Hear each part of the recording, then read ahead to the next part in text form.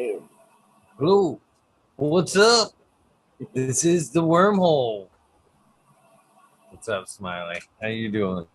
Good, man. Switch the headphones. We could have called the organic takeover the wormhole this time. Diving right down that, huh? Ooh, what's up? Oh, look at me talking in the background. Right? I was going to mute and do the same. I thought it was like I put the headphones on. I was like, man, did I fucking switch them? Thought it was just like the wrong audio at first.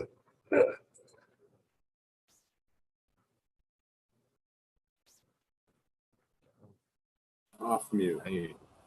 Yeah, that was cool. Yeah. Cheers, y'all. I'm ready to smoke one. Cheers, Jack Greenstalk. It has been a minute, man. Welcome, my friend. Yeah, Decent high stone. And it was super cool. I know I said that the other night, but it was super cool to see them supporting the show shirt at Gene Traders the other day. Can't help but want to know if how many people recognize the shirt. You know what I mean? Or actually recognized it as a thing. Yeah. Oh, he got one of your shirts? Yeah, he was supporting the Kazoo logo. That's another show. That's cool. They seem like cool guys.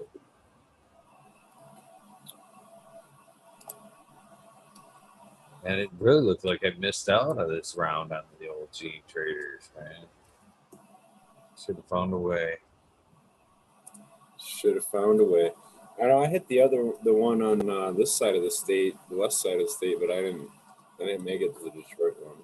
It looked like that one had a lot more going on, but yeah, definitely missed out, man. I want to catch Stone Ninja and a few other people that were in town. Well, all of them actually. Shit, it would have been a good time just to make it. yeah. Not in the market for any genes or genetics, but I do like to hang out with cool people. I know that's what I was thinking. The 4th is this weekend. There's got to be some events going on, right? You would think, man. I can't believe the 4th is here already. Holy shit! Right. Blink and the year goes by. It was fuck. In fact, today actually marks is an untold milestone for at least me. I remember I was all proud of myself this time last year when I brought this the scheduling book. It was like fucking. It was better than a year. How many months it was? It was from April to June this year. So a little over a year. I had transferred everything over here, and I was like, I'm gonna finish this book. You know, all the show shit and whatnot. Today marks the end of this book and starts the beginning of a new year, another year of scheduling. Looking forward to it. That's crazy, man. What was it? Somebody made fun of me because I bought the one that where's it? Oh, wrong camera. The one that said this is your year. Took some shots for that. I'm like, so it could be my year. Why not? Why can't the book say it's my year? I actually bought it because it was hardcover. That's the reason I bought it, so I could save it. And Mr. Greenstalk. What's up, man? What up, Jack? Not too much. Cheers, Smiley. Cheers, Eagle. How y'all been doing? Being good. Man, Jack, I've got to take some fucking pictures of this velvet punch. Remember the one I took pictures of, posted about what, a few weeks ago, 2 weeks ago, something like that. Uh-huh. But I took that carcass and I threw it outside, with a bunch of larvae I had. Didn't clean up on the bottom. Didn't feel like cleaning up. Just kind of just threw it out there. Man, she's been. I'm actually gonna I'm gonna take it back down. I'm gonna take it down. It does good It still outdoor. hasn't went through any like re-veg process yet. It more looked like it's still in that in between. I don't know. We've got some long days, but it's not necessarily in direct sun. But that motherfucker turned black. I mean, Oh, she gets dark purple black. And I was like, man, I gotta get at least a couple of shots of that before I do anything with it, man. It's pretty. I got a few hundred seeds of the F3 right here that I'm sorting out or getting rid of the plant material. I should say a few thousand sitting in this bowl, but there's a few hundred in my lap right now. But yeah, my barber grew her outdoor, and man, the flavor really gets a lot richer. More of the floral comes out, more grapey. The gas is more of the subtle, but it's still there. And it gets super dark purple, like Eagle was just mentioning. Like his is even much darker than what I could get in my winter run indoor with like a little bit of blue supplementation in my light. I'll get you some pictures, yeah, because it's definitely looks good.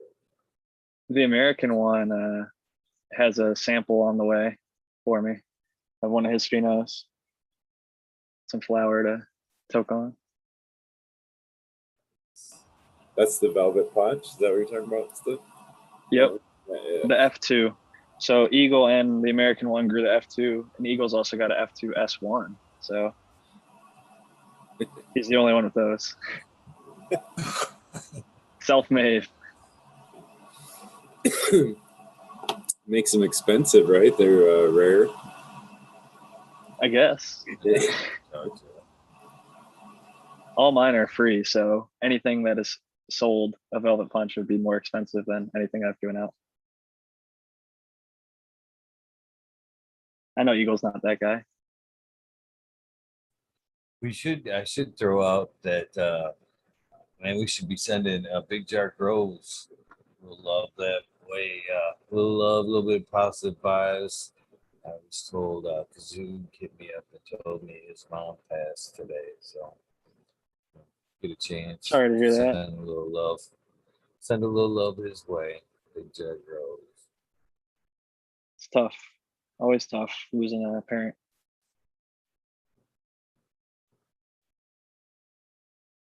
I'm actually getting ready to leave town to go have my dad's celebration of life. This is his first year that we haven't had him for his birthday on the 4th of July. So I'm going back to see my family for those events.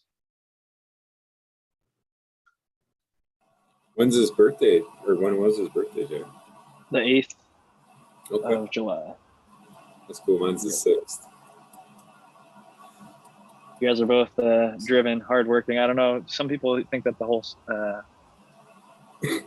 horoscope thing is like nonsense and they're just generic. But the more I meet people that are like really similar with similar birth dates, it starts to stick more for me. It is crazy how some of that stuff is like, huh? You read it and you're like, no shit. Like, it's almost spooky sometimes. I just try to tell myself, oh, that's just generic because it's hitting everything like too fucking dead on. I'm like, that could apply for anybody, and I have somebody else read it and they're like, that doesn't apply to me at all. Fuck. It tells you something you did in 5th grade. You're like, what the fuck? I know what you did last summer. Right. Stop picking your nose when nobody's around. How do you know that?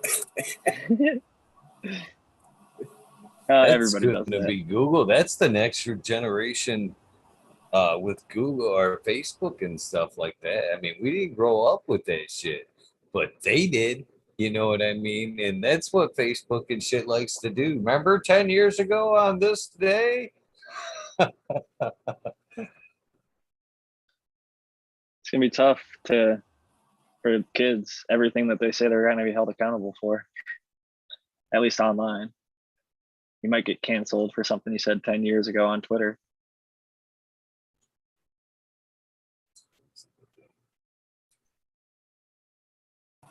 Yeah, that's ridiculous, dude. I don't know anybody that hasn't said a bunch of stupid shit their life. Or shit they That's like, regretted or shit they changed their mind about or whatever. You know what I mean? Like, come on. or just misspoke. Like, remember how they used to get really like up in arms about George Bush, the younger Bush? I think it was George W. Bush. He would always, not always, but often, he would kind of flub his words on public like television live, and there's like a long highlight reel of like all the times that he fucked up his words. But then you go and look up any president, like in modern times at least, you can make that highlight reel, and they just talk so much on camera. Like, I'm sure we could do that with me or Eagle or anybody who has a podcast. It's a few hours long at this point of us fucking things up when we talk, and everybody does it. We're all human. It's just we're not typically recorded and watched by millions of people like a president or big celebrities are. So Maybe you aren't, Jack. it's nice to be a little bit more low key. Until recently, man.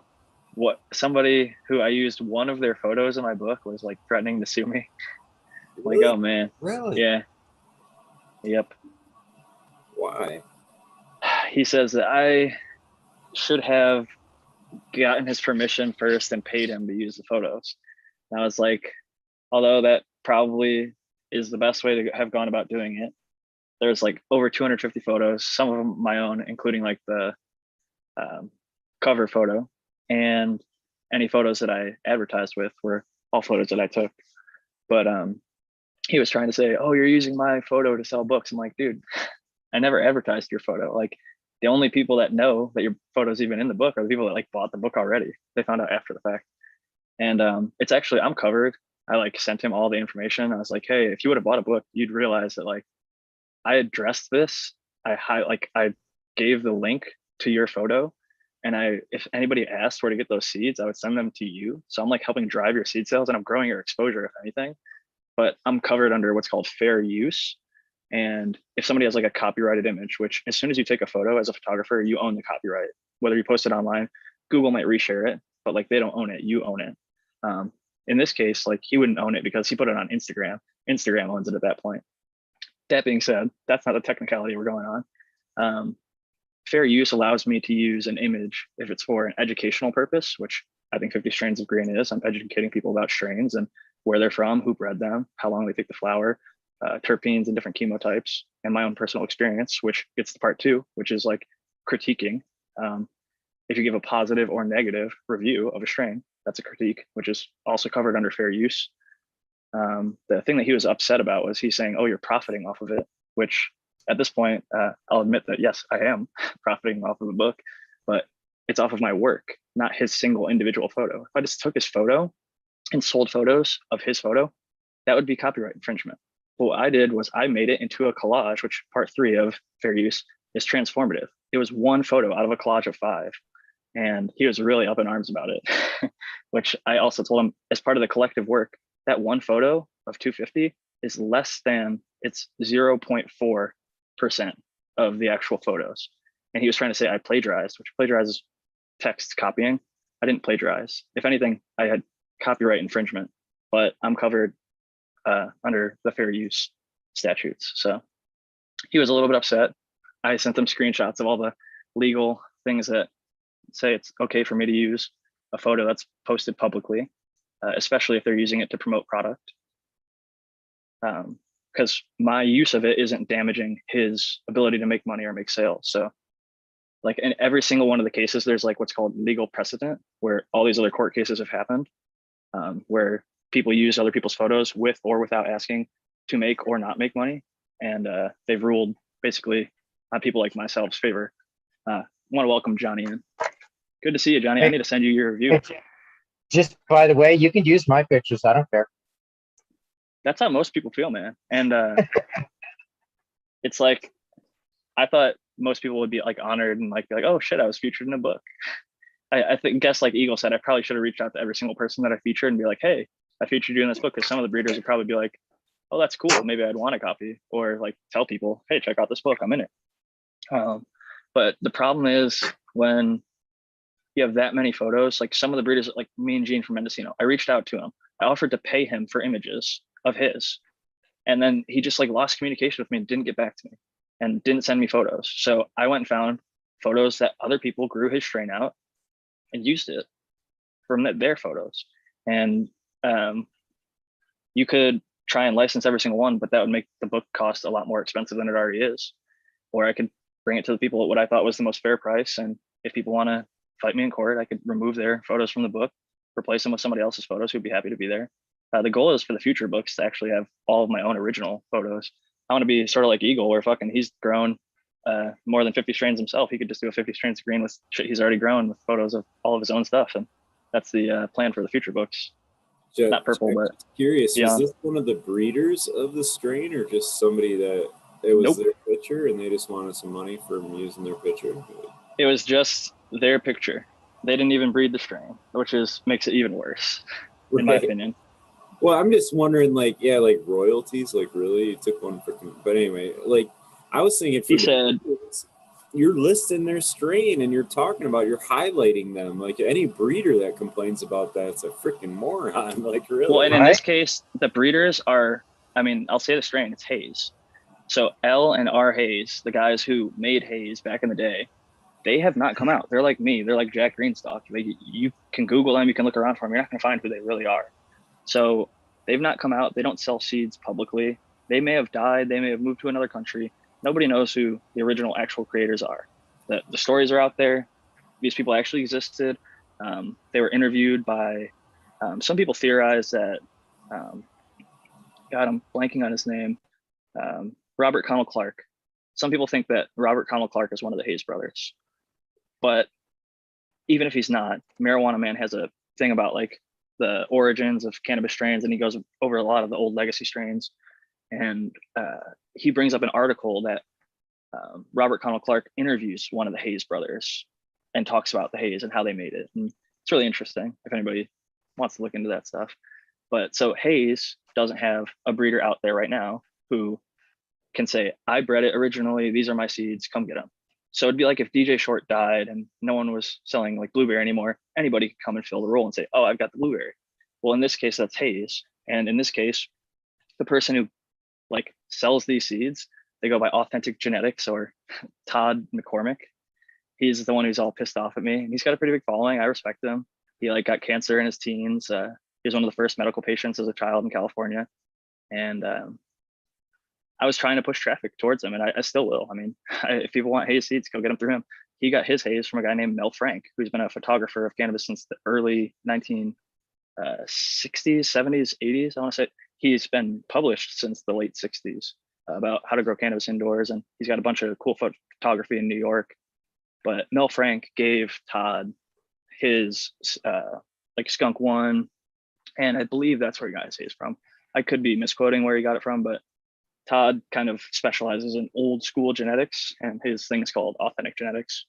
But it was just a little off-putting because he didn't even buy a book. One of the people who follows me and bought a book saw maybe that I used the image and was like, hey, you were featured in this book. Did you know that? And then like, he didn't take that as like, oh, that's cool. He took that as like, oh, fuck this guy. I'm going to get money out of him because he's making money kind of thing. I think that's how I felt at least. So it was a little, I got to address it publicly at some point. He just blocked me after a certain point because I think he realized legally he has no case. And so it was just back and forth, kind of him just yelling at me in DMs. Well, that's sad. It is what it is. I mean, I knew I had to write a page. Anybody who's got the book will see. I have a whole section about fair use in the back, right before the table of contents, right before I cite every single photo that I used. And I wrote in there, if you don't want to type out these URLs, DM me or email me, and I'll send you the link. So you don't have to type it in. If you want to know, I'll just send you the link for where to get the seeds. For most people are like, hey, Jack, this strain looks really cool. For example, Cali Connection, Swerve, he was just on the other night. He followed me. And I think that he knows that I featured him in the book because he liked the post, and several people have told me, hey, I liked your description of Deadhead OG and Tahoe OG. I actually bought a pack from Cali Connection. I said, cool, man. That's actually what I hoped for, is people to like read this, say, that sounds like a cool experience. I might want to try that, so they can grow their own. And I'm happy to see people supporting breeders that are featured in the book. That's the point. No, it's a cool book, man. It's definitely all an accumulation of your time putting it all together. So like, yeah, I mean, there's value to that. It's well done, man. He did a great job with it. It's cool. Well, in the first 100 pages, it's like 50 pages of photos and 50 pages. The 50 pages of information, the typing, that was 100% me. Not a single word of that was copied, pasted, or referenced. That was me finding the information. I looked at hundreds of websites and aggregated that and put it in a format that people recognize from like buying seeds, because often you'll see like the breeder's name, how long it takes to flower, the yield, the aroma, and some of the effects. So that's something you're kind of familiar with. And then I gave my own experiences, like what it was like when I tried it, what I know about the breeder, and other information that people might be interested in. That was 100% my original work. That alone, none of that was plagiarized. The only things that I quoted as far as text were, and I just think that people did a better job than me in this, were the obituary posts where like somebody wrote up a post about Subcool, somebody wrote up a post about Bog, like Hella Dank Seed Company wrote a really beautiful, like not even a full page, but it was just a section tribute to like Bushy Older Grower and some of the breeders that were featured in the book who died. Josie Wales of GG4. I knew a little about him. I interviewed him on Growing with My Fellow Growers. I thought that was fucking awesome. It's still to this day, to my knowledge, the only interview he's ever done on the internet that I can find. So that was badass, but I still found somebody wrote a better description of like who he was, his life, and his cannabis legacy than I could. And I wanted to feature it in like one of the pages at the end, because unfortunately so many breeders pass on and we never remember who they are. People forget them and they don't get the credit. The strains might live on, but even then, oftentimes they don't. So I think it's important to memorialize and capture the history, because it gets deleted off YouTube and Instagram and most places. So I still feel that I'm doing it justice, and that's why I'm willing to, if I need to, get an attorney to fight my case, because I believe that one, I'll win in court, and two, that my cause is just. And like I said, in the future, I'm going to be using only original photos, but at this point, it felt more important to me to get the information out there to the people than it did to take literally, I think it would have taken years if I had to go through and ask every single person to license every single image, because the people that I would work with, it'd be like, some of them just won't even reply at all. Yeah, Some of just them, send them a free book or something. And be like, here, man, I'll send you a free copy, signed. You can sign it. I would if they'd honestly reply, man. Like most people, 9 out of 10 people that I reached out to just didn't even respond. Yeah. So it's like, I can only reach out to you 3, 5, 7 times. Like Eagle says, never give up, but it's like, I got to publish the fucking book. It's done. It's ready. People are asking for it. I had pre-orders. I'm like, I'm not going to sit around with my thumb in my ass because you're not going to get back to me. It's like, I was just making a joke about the guy complaining about it. Be like, well, I can offer you a free book. You know, yeah, no, I should have said that actually. I should have asked him what he wanted for the photo. I was just so off put by how aggressively he came at me with, you're going to be hearing from my attorney. I was like, send him, bro. Like, who are you going to send it to? Jack Greenstalk? Good luck. Just find yourself a judge that will get an IP address thing, and I'll see you in court at that point. But for all he knows, I could be spoofing my IP address, so I'm not. But it's like, if he wants to get that serious with it, like I really do truly believe that I have 100% legal right to make a book just like I did. The whole thing is like, the reason that there's fair use, one of the big purposes is like, let's say that there's a terrible dictator, right? Or a horrible person like Hitler. If we didn't have fair use, you could never use their image, whether like after they die, like his family could be like, all right, no one can write about Hitler now because that's my family's photo and you need to pay me $1 million for every single photo. So then no one would ever be able to document sometimes terrible people or sometimes illegal things. Like cannabis is illegal in a lot of places. So for us to be able to document it, many photographers have to use pen names, or authors have to use pen names, and have to do things sort of, knowing the law, but being careful with how we choose to distribute the information, because sadly it's still not legal federally, and like they'll shut down PayPal and stuff if they think that it's too closely related to drugs. I've seen people like Bubble Bags got their shit shut down for Dude Grow Show, a podcast, got shut down just for being cannabis related. It wasn't like they were selling cannabis.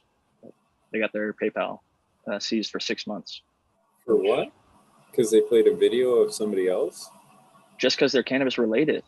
Like Bubble Man, the Bubble Bags, he doesn't sell cannabis. He just sold Bubble. He does now, but before he was never selling any cannabis, and he just sold bags, mesh bags. It's like arresting the people that, like, I don't know, sell the gun or something at a legal gun shop, or like picks and shovels, and somebody like buries somebody and the person who sold the shovel gets in trouble or something. It's like, it's stupid. You shouldn't get in trouble for selling a utility, even if it can be used for, like, the bubble bags. In that case, you can use it to make rose water hash or lavender essential oil extractions. So it's not even like it's 100% only for cannabis. So I'm sorting fucking beard hairs. Who gives a fuck? Like, it's a screen bag. I don't know. Some of that shit's funny, man. I don't know. I don't think they should be able to fuck. They use things like that for straining paint and shit like that. I mean, mesh bags have always been around for one reason or another. It's just the fact that we took them and used them for hash.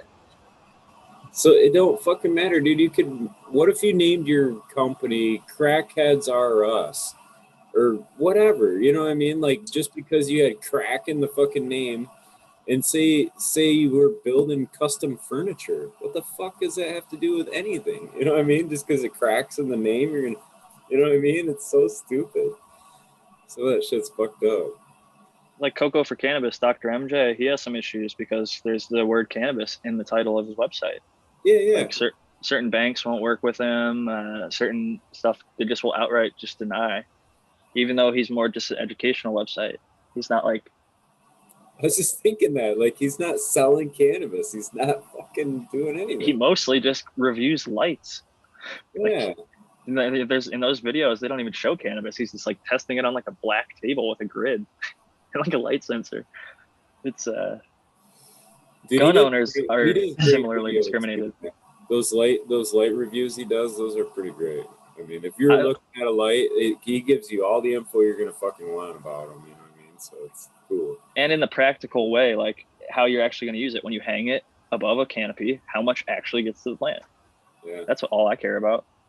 Like, they could say all they want about the efficiency from the diode or whatever, but like, you're gonna have to hang it up. You're not getting that diode efficiency. You're getting the efficiency however far away your plant can handle the intensity. No, he's got a nice little well thought out way of, kind of quantifying them all in a way you can relate them all together. You know what I mean? So it's kind of cool.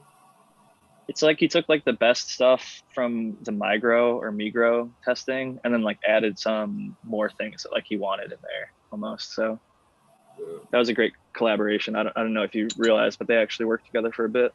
Still kind of do. I didn't know. I don't follow Dr. MJ too hard. I mean, I would follow him and all that, but he's yeah. You know what I mean? It's just a different style. I respect Dr. MJ a lot. He definitely shares a lot of knowledge. He helps a ton of people grow, and there's a lot to respect about that. You know what I mean? I don't always agree with him, but that doesn't matter. That's the beauty of it.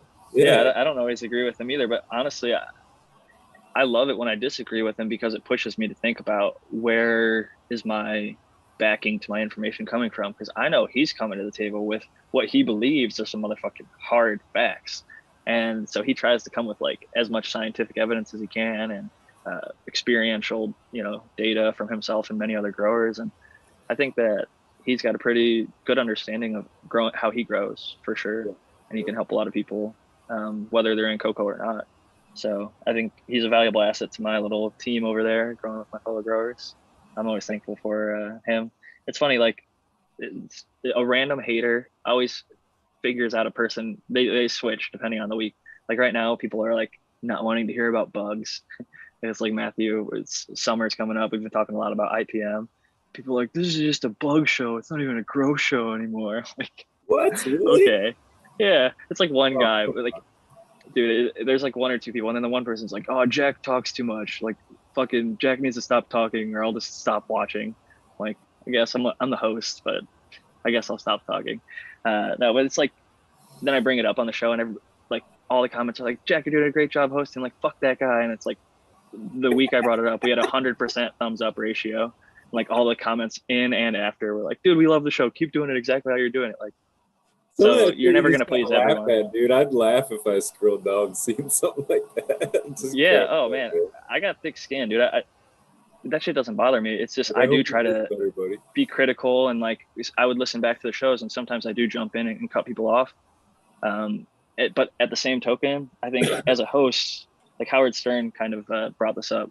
That's sort of your job as the host, is like you have to realize when the topic is getting too far off topic and when to bring, like, especially in my case, I'm on a panel with like up to like 9 or 10 people, and each one has a different specialty. So like it could get totally dominated by one person if they just, like I am right now in this fucking conversation, goes on and on. Or you could pass it off and be like, Johnny, I'm sorry I didn't send you the fucking review, even though I have it written up in my phone for like the last few weeks of the beautiful samples that you sent me. Because he's on the panel with us right now and he hasn't been talking. And I'd be like, Johnny, remind us, what were the few? I remember Cocoberry Jones. There was a Apple one. Yeah, the Puckerberry Punch, or Puckerberry Knockout, which I just got done taking a hit of, and it had to close my eye for a minute, my third eye. I gotta rebut a little bit on the host thing there a little bit, because I let a lot of shit fly. I know it's fucking wrong. I let it go. You know why? Because I don't want to seem opinionated, especially on a one-on-one interview. The next time you're on a one-on-one interview, go ahead and correct your guests and see how your interview goes south right quick. You know what I mean? It's better for me to kind of sit back and go, yeah, I know he's wrong, but, you know, chat will pick it apart. Everybody knows that, you know, if there's a mistake, they're catching it. But to sit there with my guests and interact and go, well, buddy, you're absolutely wrong and blah, blah, blah, they will clam up instantly, show over. So no, I remember seeing that actually. Like one time, it wasn't even like you like corrected somebody. It was just like you gave an alternative opinion, and like they kind of like clammed up and like soured, and like the show ended within like 5 minutes of it. They like acted like, oh, like something came up, but I can't remember who it was off the top of my head. But I've seen that happen. Thankfully, in my case, the one-on-one interview is a whole different animal. Like what you're doing, I think does take a talent. Like Joe Rogan has developed over time. I think you've developed over time. Those long form one-on-one interviews take a different. So like you're very patient, especially with your latency and connection issues. Sometimes there are times where you just kind of sit and listen, and you let the person go, and then you jump in, and you ask good questions to fill the air if they kind of clam up and are getting quiet. But with a panel, like the show that I run on the Sunday, Growing with My Fellow Growers, usually we have like a loose topic. Sometimes it's just chat Q&A, but there could be as little as like 3 to 5 and as many as like 10 people. And it's definitely a tricky balance because you want to include everybody, but some people just aren't the most talkative and some people aren't knowledgeable on certain subjects. So they'll intentionally be quiet. And so it's a fun challenge, I think. And I always literally, I learn something every week. I even find that to be true with this, Jack. You know what I mean? Even on the one-on-one, guaranteed, that's the way I'll fly every time because, like you said, you've seen it happen. But I find, well, your thing I think is a little different because it's a panel thing. You know what I mean? You're all set. You know you're coming game match. You know what I mean? This topic game match, we're coming Sunday. We're gonna fucking knock this topic out. You know what I mean? But if I were to do that, say night after night with the open invitation like this, the way it is, if anytime anybody came on the same thing, if I interjected with a strong counter view, nobody would show up. They'd show up for one argument, and then the next time they'd be like, "Yeah, fuck that dude." Fuck that dude. Yeah, it's tough. It can get to the point where it seems like arguing, or even just like people like asserting one way is better than the other. Like, because I even kind of set things up probably not the best the other week. I was like cocoa versus, and like in my opinion, I was trying to keep it as like, how does one differ from the other? Like, how do operationally as a grower, like how much do you have to water? How large is your pot? How often are you transplanting? What is your final container size? Things like that. Like, how do they actually differ functionally for the grower? For somebody who's either never grown or is new, maybe they've only done one or the other. But then it always seems to devolve into, well, this one yields more, and this one tastes better, and this one grows faster, this one grows slower, and this one's more pest prone or resistant. It's just like I like to show off, I think, the capabilities of the panel, which are more just like, this is how I do it. Take it for what you will. It's like people can look at each grower on the panel and say, like, are they successful in their eyes? Yes or no. And do I want to believe or follow their ways? Yes or no. And I think kind of what Eagles mentioned in the past, the best way for most people is to listen to a whole bunch of opinions and then kind of come to your own. You find that common truth among many, many people, and then you find what works best for you and adapt it to your environment and sort of tweak and just dial it in until it works for you. I got to say, those are hot topics for people that are new to coming into growing. I mean, because there are so many questions. When I first started growing, I hadn't grown anything. I killed a lot of stuff, but I hadn't grown anything.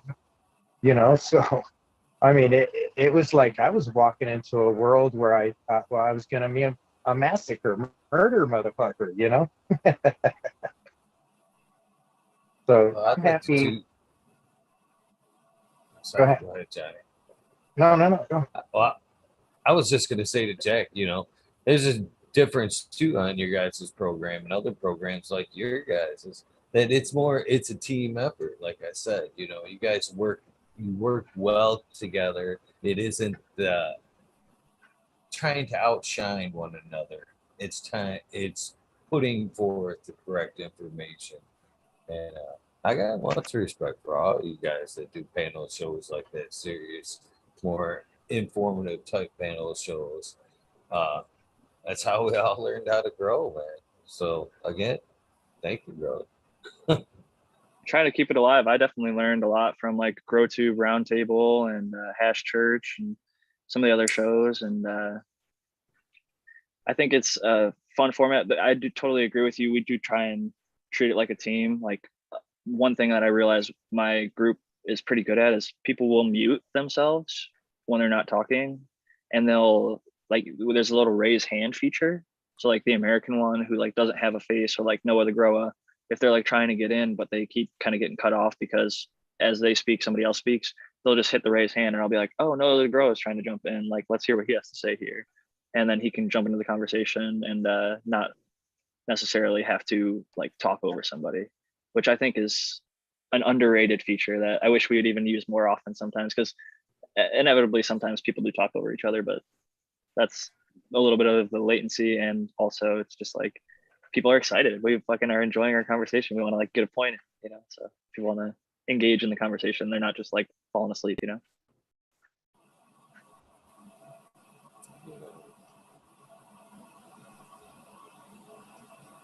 So saying that talent chat.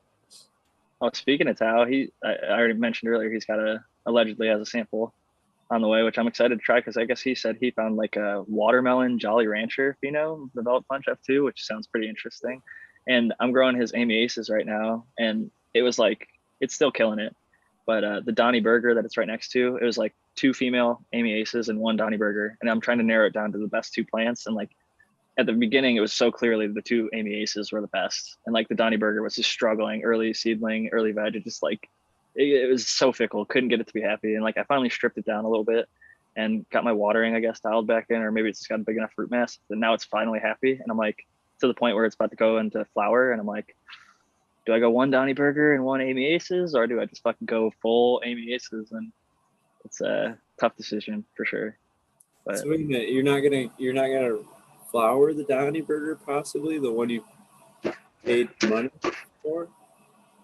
Dude, I will take the best plants, and I don't care if I paid money for it or not. I'm gonna take the best, healthiest plants. I popped 7 of each, and I got 1 female of Donny Burger, and it's just a little fickle. I got 2 females of the American one's Amy Aces. Speaking of the American one, welcome in, brother. Good to see you. See you too, Jack, and everyone. So, Smiley, Johnny, Eagle, chat. Jeez. Yeah, I'm still awake. I figured I'd come in and say hello. I got to get up tomorrow, though. I got shit going on, but I don't want to bring everybody down. But It is tomorrow already. Yeah, that's true. I got to go today. At it's not until 9 o'clock, so I'm usually when I say I got to get up early, it's usually 6:30. So this is better, but yeah. That is So, still early considering it's 3:12 there, right? Right now, yeah. mail lady Exactly. appointment. No, I went to the post office today and she wasn't there. Post office Oh. ain't open that early. Come on, Johnny. Hey, man, that's I wasn't working man talking about hours. an appointment. But so the long story short is she confided in me that the other dude that works there is a deadhead too, and she I don't know if she smoked it with him or gave him some, but I had brought some. I was gonna give them both a doob, and she wasn't there, so I gave him a doob though. So if you are in with your people like that, take care of them. That's my advice. Yeah. That's right. Now you can. It never hurts to be nice. Now that it's legal here, but probably not legal inside the post office because it's federal grounds. But it's a lot less. It's so much better in general. Yeah. It's like giving them a cigarette or something, right? Yeah. So, Tal, are you enjoying the freedom? Not as much as I should be, Johnny. To be totally honest with you. Really? Yeah. Yeah. Man, I expected you to be out there just puffing it up in every street corner, I man. picture you skipping down the street with your big hat on, handing joints out, just lighting them and handing them to people as you go. Eating Well, cookies. That time will come. That time will come. What's that guy that plays the guitar down there? You could be down there handing doobies The out. naked cowboy. Yeah. I could take over the naked cowboy spot. Please don't. Yeah. Is he still going? Is he still running around? I don't know, man. He must be old by now. Right? Hey, he's getting up there. Yeah. Unless he's eating a cookie a day like me. Or is that I wouldn't doubt it. I wouldn't doubt it, Tal. Yeah. I see that when I'm in the grocery store the other day, I looked over to the left and there's a whole stack of America's cookies. And I looked over and smiled, and I immediately thought, that should be fucking Tal. That may come too. Sure. Tal, you're going to be an internationally recognized legend someday, my brother, because if you have the group over in the UK, I'm not sure if it's GMO. I'm pretty sure it's GMO. He was talking on one of the shows. Shit, man. He's like, but he's saying how it grows. He has a pheno that grows exactly like the Exodus cheese. Right. And if you have guys in the UK saying, he's like, oh, it grows just like the XO. It's growing just like the UK cheese. That shows how fucking good that mail that you got from that cheesequake was. Yeah. There's some, the Exodus passing through. It is so vigorous and healthy and stocky. I sent you those pictures today. I don't have huge hands, but I mean, I'm 6 foot. I got some pretty decent sized hands for my size. And the leaves are in fairly early veg, already eclipsing the size of my hand. And it's a happy, healthy plant. It's hardy. You could fucking smack it already. And it's like plant tell you like what, Eagle. She looks different in different environments, big time too, because the one kid who was growing it in Virginia outside, he's like, yo, I thought this stuff was more like indica. I'm like, well, yeah, it is. But there's when I ran it, there was 1 or 2 that were skinny leaves. So I sent him some pictures, but he said, yeah, the thing looks like sativa, but he was praising it too. I'm like, yeah, I'm happy. Dude, I'm happy I kept it. I'm a fucking F2 it if next time I grow it, I think. There you go. Give myself a few more of the Amy Aces to play around with, man. That's just it's stable, it's healthy. Everybody I've seen that you send it to has good results with it. And cheers to that, man. I just gotta say thanks again for the seeds. Let me share my screen. I'll show you the very first ones I did. Dude, the leaves were so fat, and it was really pretty crazy. All right, hold on. Let me get the thing first. Let me, Wait. Australian grown is saying his amiasis is lagging. What's up with that, Tom? Uh-oh. Did you put crystals Australian in the grown, container? how are you growing? You Oh, got there you go. crystals. No crystals. That's the problem, dude. From now on, Crystals. They need When I'm- crystals. when I send out beans, I'm gonna put some crystals in the pack too. It's part of the instructions. These go with it. They go with it. All right, here's the leaf I was talking about. Hold on, let me screen share now. I got it in the right spot. Yeah, because the very first time this was the very first run I did of her, and oh, I just went to the wrong spot. I popped 7 and all 7 popped. Just gonna say that, throw that out there. You see that fucking leaf right there? Thick. Turn it sideways, bro. Oh, Dude, that's no, just this is your picture. okay, Yeah. okay. All right, But- never mind. And you see like how the middle leaf is Oh, behind, and then yeah. the two, yeah. So that, Yeah. but like, I had something of yours do that same exact thing. I thought that was pretty cool. A whole bunch of leaves like that. And then look, as you go up, they get thinner and thinner. And this is one of the first runs I did with that amiasis. And these, I just, as soon as they sexed, I put them in 5 gallons and put them in the flower room.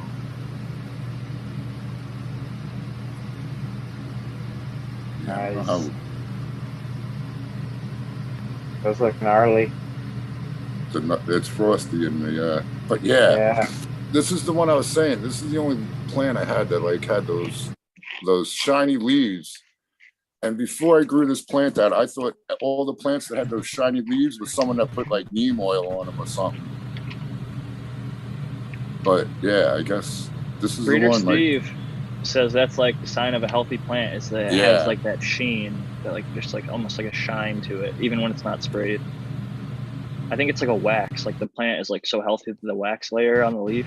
Oh, there's a bigger picture. Yeah, you see how little it is, even though, yeah, I didn't take any of them leaves off, apparently. Honestly, Tal, I don't mind that. I mean, later you can pluck them. Here's especially if you don't have a ton of plants like crammed next to each other. It's fine to fucking keep them. I wanted to show you. Oh, here's one. This is the one that Lynn Mass grew that won the one of the grow offs, which is pretty fucking impressive to me. This is what I really got on the amiasis kit because of this plant right here. Because yeah, man, that's and I know I could tell that's something else. That's Amy there, but I think this one is Queen White Haze or the one I forget which one that Canna threw in there. Oh, Fire She's and gonna Flames. go purple as hell in my garden if there's any purple in that DNA. It always comes out. So yeah, oh, that would be cool. Yeah. I can't wait to see Eagle's outdoor velvet punch. You see that right? That's a Godiva right there. The kid grew it in a thing. Hey. Look, see how it hit the ceiling and just fucking it hit the thing. Bent over. Yeah. Dude, that's Godiva. That thing's throwing some fucking monsters. I love that photo, Tal. It looks like it's walking on the ceiling right there. Shit. Tal, that one there looked like it was actually walking on the screen. It looks like a dude walking, right? Like, Those are some yeah. That's cool, man. Walking on the fucking ceiling. That's badass. I love that. You can't see it, man. Go up. That was the yeah, this was like these guys' first grow too. Wow. Oh shit, man. Yeah. Oh That's yeah. You want to see a really good, a really killer Amy? I don't know if I have it. I don't know where it is. There's one that outside that Godiva will get those pink pistils, big time. I finally got that indoors now. My Oh really? Been doing it. Yeah. Do you have UV light kicking? Nope. All right. You know what? I'm gonna stop sharing. 440 nanometer blue, Tau. That 440 blue is as good as UV, or as good as some of the UV, like UVA. For making that anthocyanin. Right, to make it come out of the hairs, huh? That's pretty fucking cool. Yeah. I'll show you. I'm gonna find that picture. I got those. I don't know if I have it posted or not. I'll find the real pictures. I've Yeah, only it- ever seen pink pistols inside under LED. I'll say that. I've never seen it under any high intensity discharge light ever. Only right, LEDs. right. Maybe plasma. I don't know if that's HID. Hey, Tao, you want to see your Amy Aces I got in here growing? Sure. I have to go back to Zoom though because I'm scrolling through. I want to show you those pictures. Let's see if I can get in here without getting shut off. It's like Amy This is Ace her right over the world. Dude, I'll tell you what, that plant made a shit ton of seeds, and I wasn't even the first time I did it. I wasn't even trying that hard, and I just had a plethora of fucking seeds. I was This wondering is one of if you have crossed this it. is one of the beans off of the first one that I got because I popped it. It had a bean on it, so I threw this one out.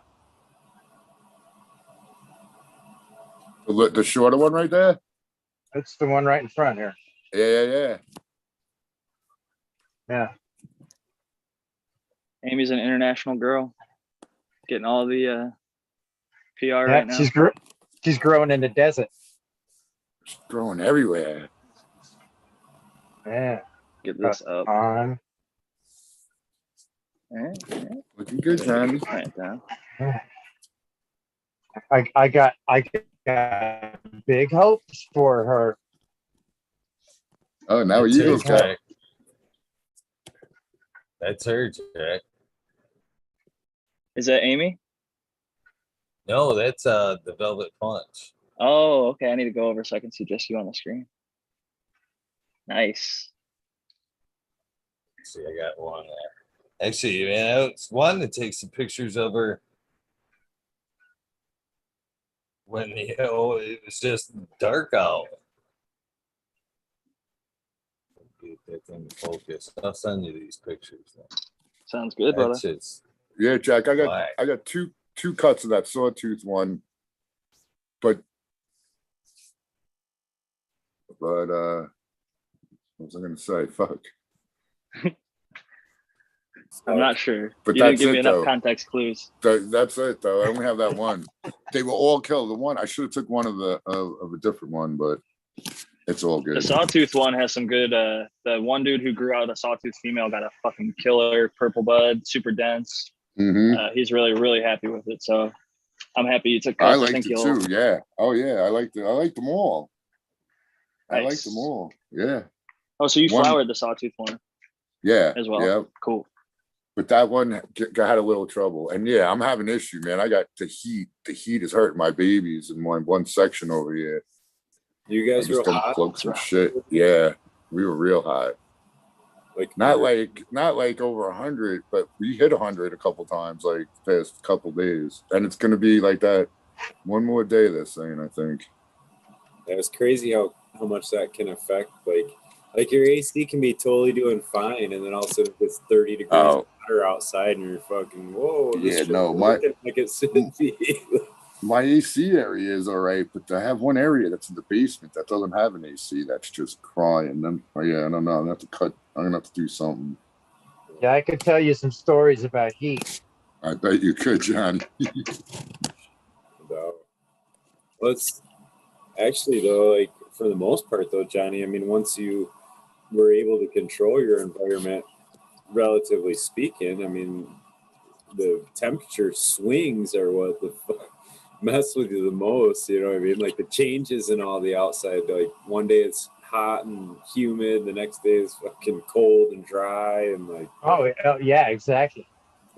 Mine's more. It's more of a tempered kind of. It's all kind of just hot, dry. You know, except the last couple of days have been a little bit of humidity. We had rain the last couple of days. Kind of Eagle, what spreads kind of? on us a little bit. So I just got your pictures, Eagle. I'm just curious, what kind of weather was your area having when? Ooh, that's the pink pistol one, Tal. Yeah, that's Godiva outside. oh my, wow, Mine didn't look quite like that indoor. I'll admit that. that is I had like amazing. a few. And pretty much nice. Beautiful. Even I had some. Job. I had some little ones. This is my buddy out in his backyard somewhere. But yeah, I was pretty impressed when I came up on him because like I give him out in the early, you know, at the beginning of the year, and I didn't go back to check them out until they're like, yeah, come by, let us know if they're done and shit. I'm like, all right. What's up, man? Looks beautiful. Sorry, Eagle, we cut you off. Yeah, there. She took a couple of temperature dips there to well, she's been down to almost freezing and back 33, and she took that shit like a champ, to be honest with Nice. you, Jack. It was bred outdoor, the F1, and all the subsequent generations for 10 years leading up to it were all bred outdoor by Vegan Doja, and they get some pretty harsh cold nights and heavy winds and crazy ass weather up in super far northern. He's like above Humboldt. He's way further north. He's Del Norte County, and they get some intense weather. But down here in San Diego, it grew. My barber basically guerrilla grew it like on one of his properties that he's developing, and it was basically like it got rainwater and like occasionally watered by him, so like it was stressed, wasn't like taken super well care of, and it just managed outside, and it turned out beautiful. Like I was blown away by how nice the smoke was, as good as his indoor, maybe even better. So it's got potential. I enjoy playing around with that strain for sure. Definitely not suitable for the market, seeing as it definitely has intersex tendencies, but it's a fun one to play with. I enjoyed it. Yeah, I don't know. Great. I was just reading someone's post. They got herms in their garden. They're like 4 weeks of veg, blah, blah, blah, blah, blah, blah. They're all pissed off. But some strains, people are like, I don't care if it herms. I don't fucking find, you know, you find the one, Jack, of the Velvet Punch that ain't herm, take cuts of it, and you'll be a happy camper. Well, You know, even at that, it can be a learning experience. There's a lot of strains mid-flower week 4, just like you're saying. It's time to back off. You keep pushing it any further than that, and it fucking will throw bananas. If you enjoy, I had a Black Lime Reserve times Locomotion that was a tester for a sub. I loved it. It was one of the ones I got blamed for failing. And but great strain. If you pushed it through your normal nutrient regimen hard, which I was pushing them hard, every other girl in the tent takes it or took it at the time. And but that in particular strain would throw a fucking banana every time. Every time.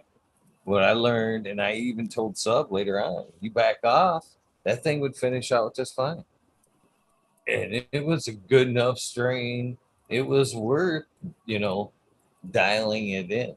Once you dialed it in, no more nanners. It functioned great. But if you tried to be greedy with it, push her to the end, she was gonna fucking make you pay every time.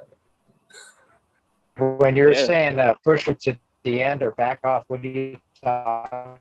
Nutrients. Nutrients? Max Headroom. He turned into a robot, but he was talking about nutrients. Yeah, just backing off on the nutrients somewhere. It's funny because like I've run like 30 of the Velvet Punch myself, and I've sent out 700 tester seeds, and I've never had a herm of any strain in my garden from seed. I just think that I take it real easy on them. Like I have a pretty high amount of CO2 relatively. Like my CO2 floats from 1300 to 1900, and my light levels are in veg. Like seedling, I'll go as low as like 100 to 250. Veg, I try to keep around like 400 to 500. And in flower, I'll push anywhere from like 600 to 1,000.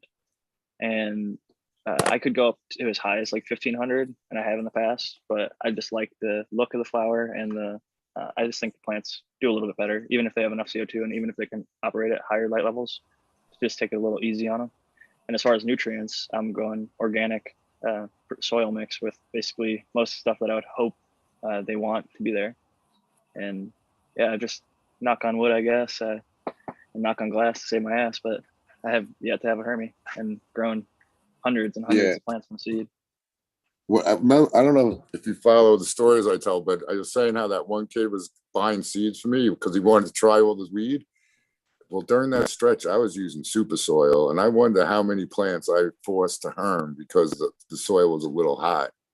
Because like I have a whole portfolio of herm pictures. If you guys are interested in want to see some, and most of them were early, relatively early. So that's what makes me think it was hot soil to begin with. And then again, like it could just be that the genetics were bunk too. I mean, yeah, and there's it's a lot, highlighting there's something a lot, within the genetic that's already there. Like, I'm not blaming any of the growers. Like Eagle, the American one, you found some Hermes in the Vault Punch. Tommy Trichomes found some.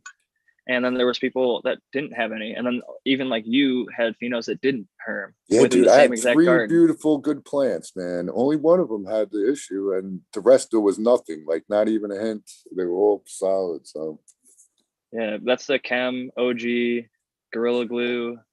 It's like all those lines have that same sort of, if you breed with them, there is that tendency somewhere deep down within it. If you send it to 1,000 growers, one grower or 2 or 10 are going to pop out Hermes, and some are much higher ratios than others, and those should be scrapped. But from what I've seen, it's like more often than not, you can find a good pheno without finding herms. And if you do happen to find herms, then they are, I mean, it's something to look for. I've warned you ahead of time at this point. yeah. So I just want to update everybody on a plan I got that was sent to me via gift basket. Really? Yeah, what, you didn't know that? You didn't catch No. that Alex part? Hardy, the Hardy Alex gift basket. Hardy sent me a gift basket that landed the day of his show, which was a clone, his creation, and some nice old school hash. Really nice, super cool. But All right. So the update. He passed me the strain, and when I asked him on the show, you know the character of Alex, man. He's eccentric, I guess would be a good word to say. But when I asked him about it, I think we were both kind of indulged a little bit of psilocybin, but he had this look. He just kind of like, you're gonna like that. Just like one of those, like, am I gonna trip on this weed? Almost kind of looks, you know what I mean? And he was like, the only thing I ask is just pass it as freely as, you know. And I was like, okay, cool. So, and this is my first round of flower with it. You know, I've taken out true to the word. I took a shitload of clones. I've already passed a few. I'm like, I even told him that story. I'm like, I don't even know how it is yet. But if you go back and watch that guy's face when I ask people about it, I really believe it's worth growing. That thing took off. It was maybe, you know, that big, you know, when I flipped it, and that thing's behind me. And I stripped her down. She's definitely to the sativa side, you know, nice thin leaves. And when I stripped her down, I was almost like, I almost questioned myself through the normal process. I was like, did I fuck myself? Because I seen, you know, just a bunch of kind of little bud sites coming, or a lot of bud sites, but little buds. And I'm like, maybe I was preemie on this one. I was preemie. I'm gonna end up. I was like, man, I bet you I'm gonna end up with like a bunch of like OG like buds, small, dense, greasy. You know what I mean? The little ones that say when you drop them. But that beast it up, man. She's actually one of these girls that are behind me. If you want, I can fire up the phone and show you. But man, yeah, fire up the phone. Is it that one right to the right? or the left of She's like not this one. She's back in that corner. Over Watch there. the She's like kitty Bloom- control. Bloom Okay, Plus, okay. right? The Bloom Plus video has it, right, Eagle? It's on the right side of the 4x4. Or It's in 4x8. there. That's a new one. That's one of the clones already. Yeah, in it's another basically flower. half of that 4x8 though on the right side, if I'm remembering correctly. I just watched your Bloom Plus third video update, I think it was. Yeah, no. This good. That girl I threw in there. I said because the other girls, there's six of the Solomium in there, and I had room for one more, and I just threw in the board 13, and I was like, watch, this thing will fucking catch up with the rest of them. So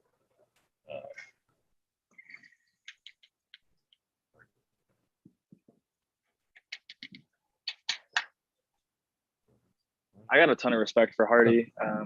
Just like if you know about his background, and definitely encourage everybody to watch his episodes of fucking Talking Shit with Eagle. And he's been on the Future Cannabis Project a number of times as well. But even if you just follow his Instagram page, I got a family member who's getting into growing their own, and they recently transplanted from solo cups to a 1 gallon fabric pot for the first time ever. And they were pretty devastated because even though they cut the cups off as opposed to like flipping the root ball, they tried to like make it easier on themselves.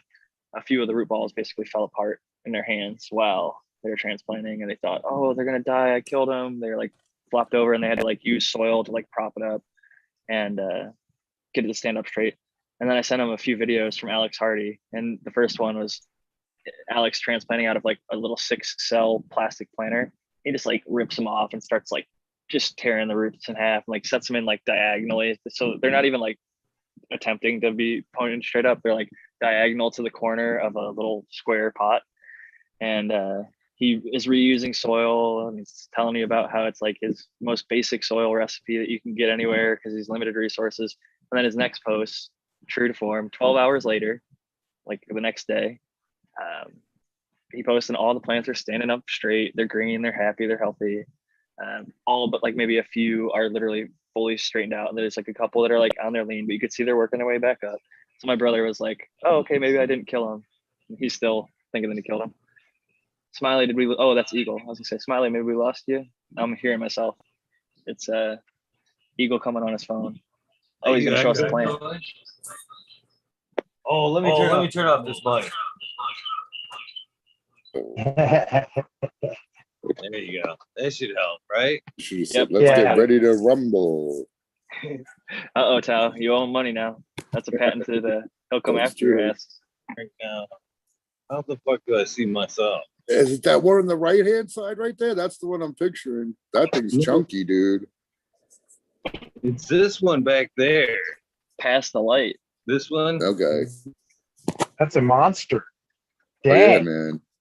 That Look thing's at got it. some side branches, huh, kid? man, that is huge. Fucking time go. And look at all them white hair. That thing's got some time. And as you can see, all the way to the bottom, just yeah. You guys, You want Now to see that? something you else froze up. in here? Well, there's the earth boxes. All right, fuck it. All right, we're in. There's the earth boxes. Round 3 of the earth boxes. We have a Borg 13 in one, and we have a fuck one in the other. Over here, we've got a Borg 13, fresh thrown in there today. We've got a Mendo Loco thrown in there today, and another Mendo Loco thrown in there today. Maybe Yo, Maybe Eagle, One thing I want to Eagle. show you that I think's cool as fuck. you can't This hear big us. Something happened. Something happened to your feet. Air pot, way oversized air pot for the size of plant. But what Yo, I want Eagle. to give biggest mile credit for, hold on. We know, can't see. Remember, look at this. Remember, I said, we can't see you. Motherfucker. Motherfucker. I've strapped her bitch down. She broke You hoser. the bamboo boo stick and grew up. See that shit? Goose is No, we do not. No, we don't. We can't the see shit. it. No, we don't see it. Eagle. There it you go. is. There we go. We didn't see anything, Eagle. Why? It cut out when you went in the tent, just like it does when I go in. All right. The Damn bingus. it. The bingus. Right You can see there. the bingus. It broke the fucking stick and it grew up right there. So that's the one that was, I strapped her down like this one, We all Right lean there. forward. flat. And that one broke the stick right there. She broke the bamboo right there. And fucking she snapped it and grew up like that. This one over here, look at it. It's all fucking twisted. See that? Like a fucking, like a Indian bird, like, bro? Man, that thing's pretty resilient. All right. We lost Over you here. again, Eagle. Motherfucker. We can hear you, but we can't see you. We love it. We can see it through your excitement. All right. We can So, see Jack, this should make you happy. You see that fucking monster right there? I just spun the pot around. See that? kind of. That's the one that you see me night after night.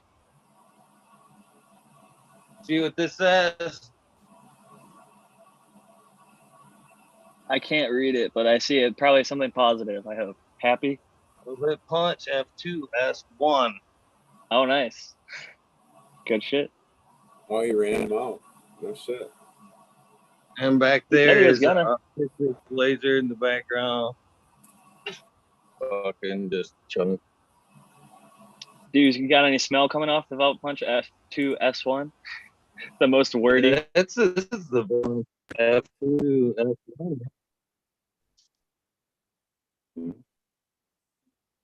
So that's over there. This is since I got you in here, this is the other tent. This is a bunch of barbecue gorilla F2s in here. There's also some 6-shooter in here as well.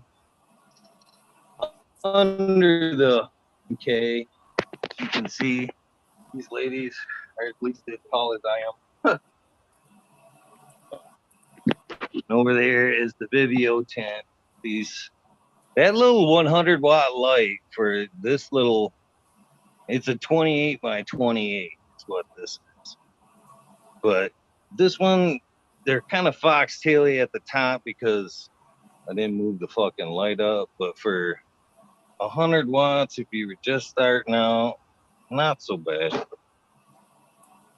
Yeah, that one And time, since I got you guys out here, get my finger off the phone. Over here you have the Chilumium clones. These are the number 1, the number 2s, all in their 1 gallon pots. Those are different strain back there. These are all Chilumium girls. All up to there, I guess. have you smoked a Columbia? You like it? That No, much, or- the first one is in flower. Okay.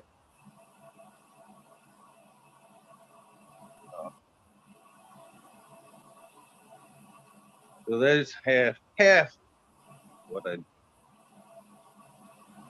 will update.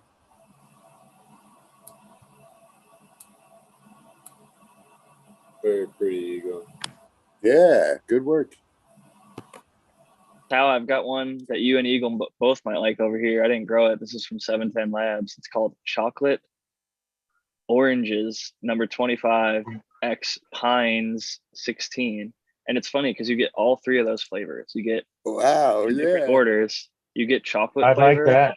you get Yeah. orange flavor, and you get, honestly, the orange is my least favorite of those 3, but the Right. chocolate and the pine is a really cool combination. It's more beta pining in my opinion than alpha pining, but it's definitely got some pining in here.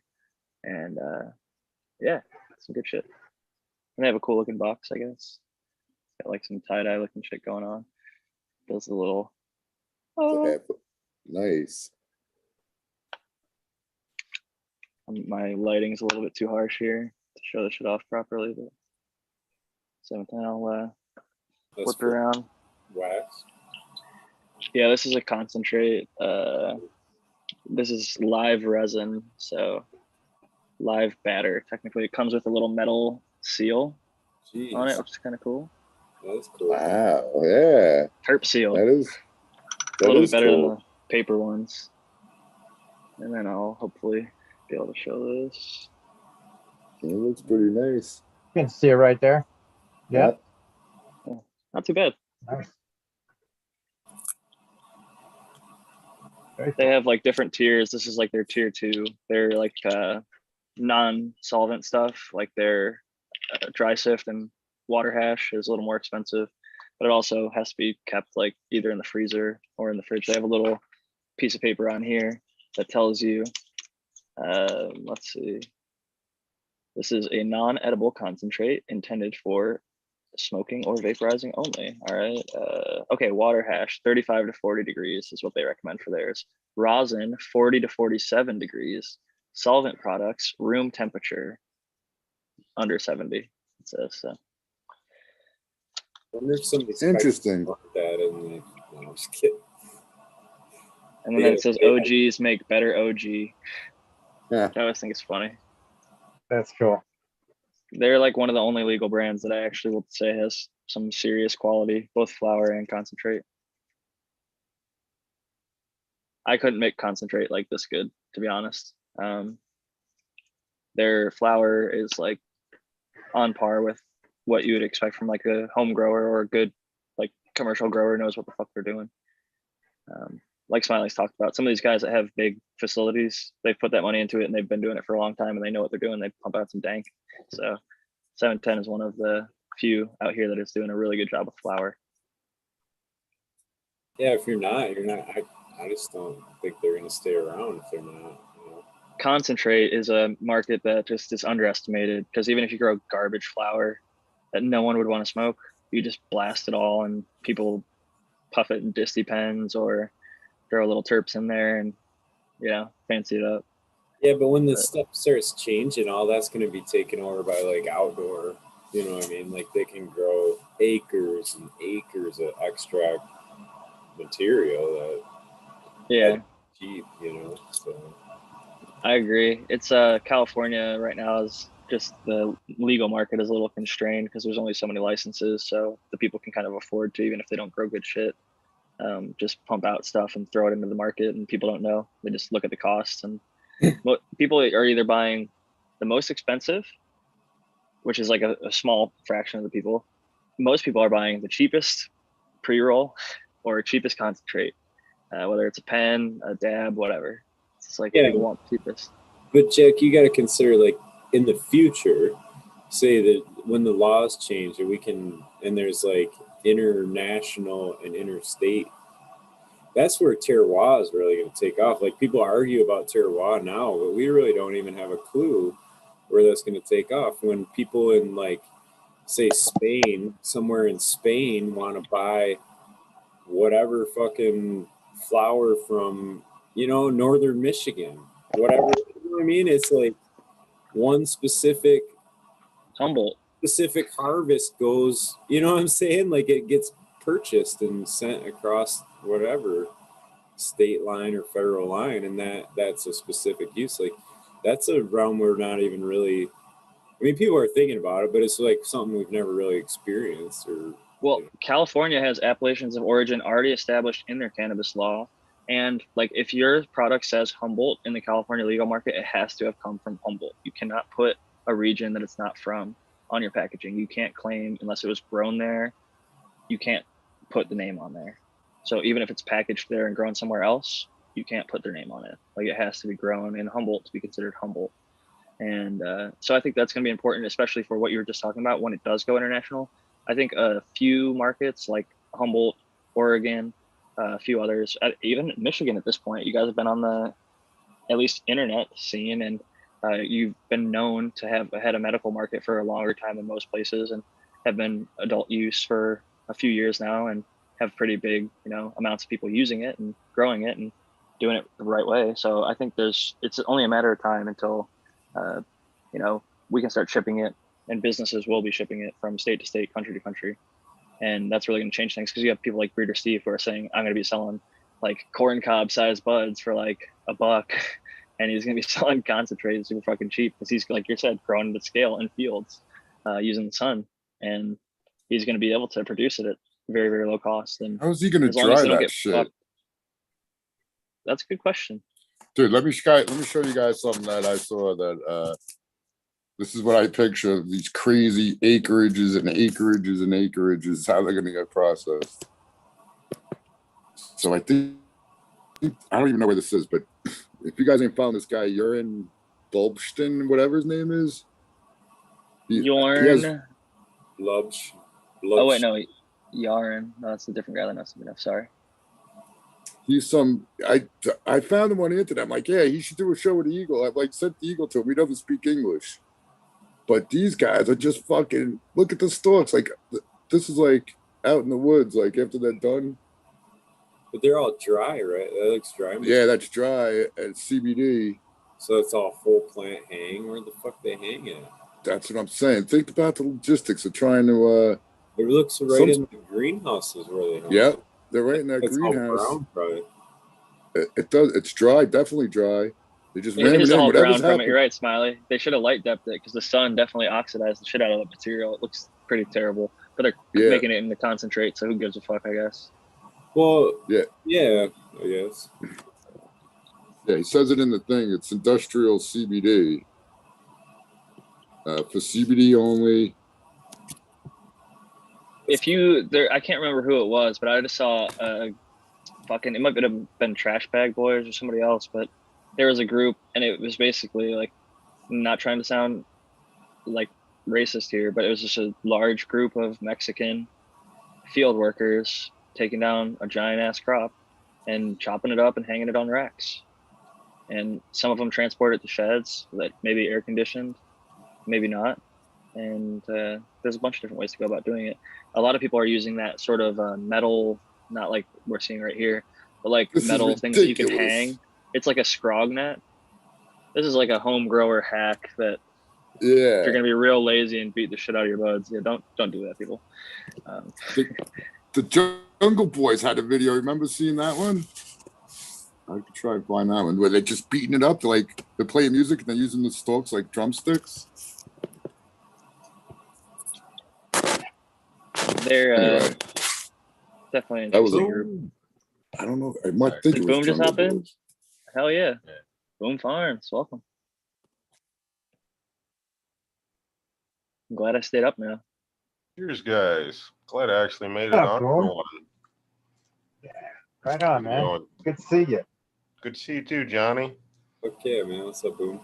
What's up, Smiley? What's up, Eagle? What's up, Boom? How? How's it going, buddy? Still alive over here. Yeah, same. Barely. Man, it's hot up here. Oh, yeah, you guys aren't used right to now. it. You know, What we is it, get like it every 10 once in a degrees? while. You guys never get it.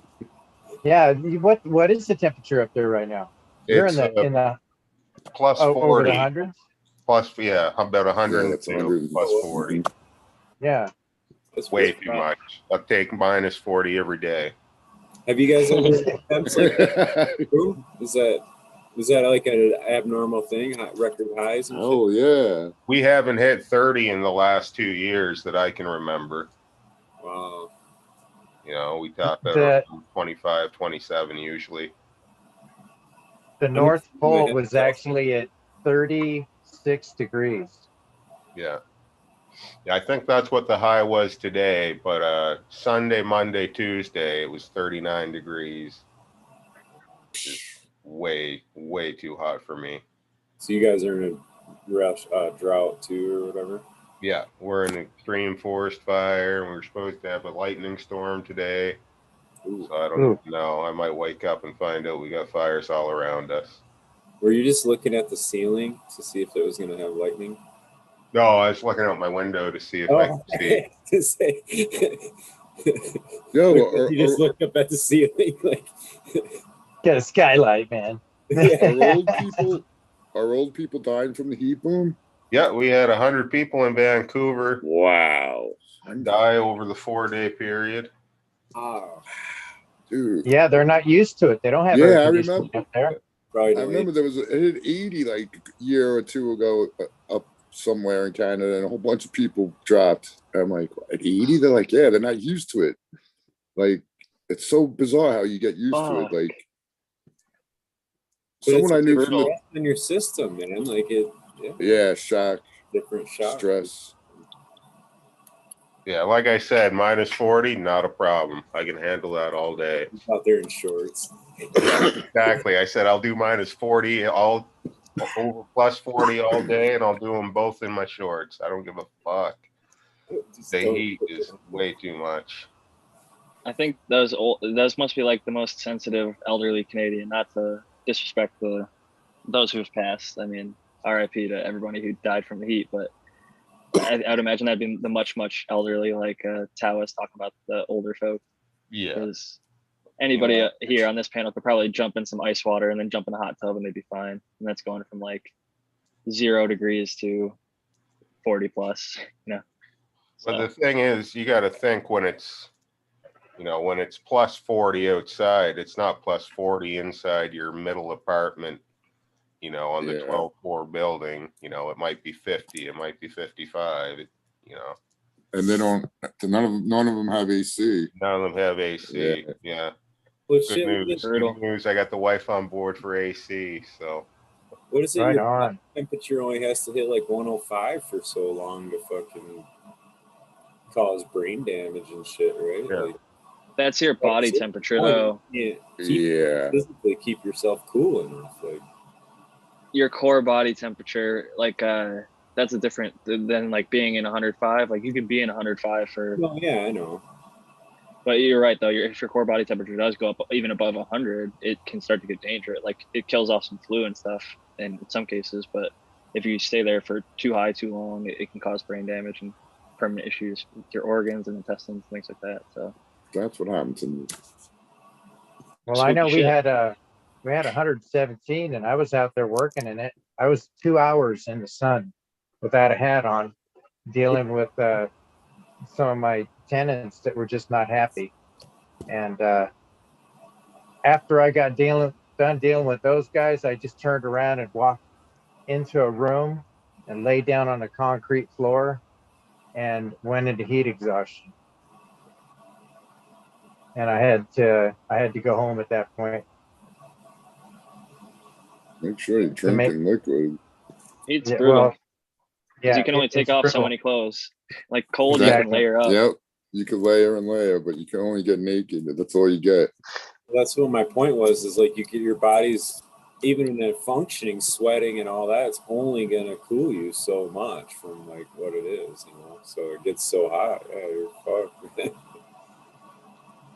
Yeah, that's where I you don't got to get- get innovative and get buckets of ice, Breathe, fans, man. Fan. And wet breathe. towels. Like, look at Wim Hof. I know it sounds a little hippy dippy. That motherfucker ran through Death Valley and did a marathon with no water. 26.2 miles through 100 plus degrees heat running, no water. He just regulates his breathing. And then he also has like hiked Everest in shorts. It's just like if you can take control of your breath, it really helps regulate your body. I think because I think like a big portion of our body is water, and the Yes. more oxygen in your like it helps regulate your. It's like the homeostasis. If you take deep breaths and you're not exhaling a ton, you're bringing in oxygen, which is pretty vital to our survival. And it can, in some cases, it seems a little crazy, but like Wim Hof sits in ice water for I think it was 2 hours, and his core body temperature didn't drop a single degree. They had like the fucking probe in him or whatever, and he kept that 98.3 or 98.4 or whatever for hours sitting in ice water.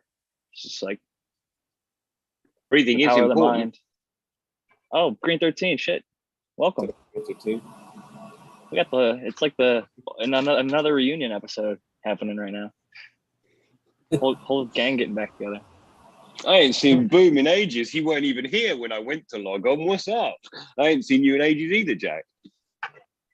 We're Good to be getting the seen. band back together, man. Yeah, man. We're getting the band back together. We're on a mission for God.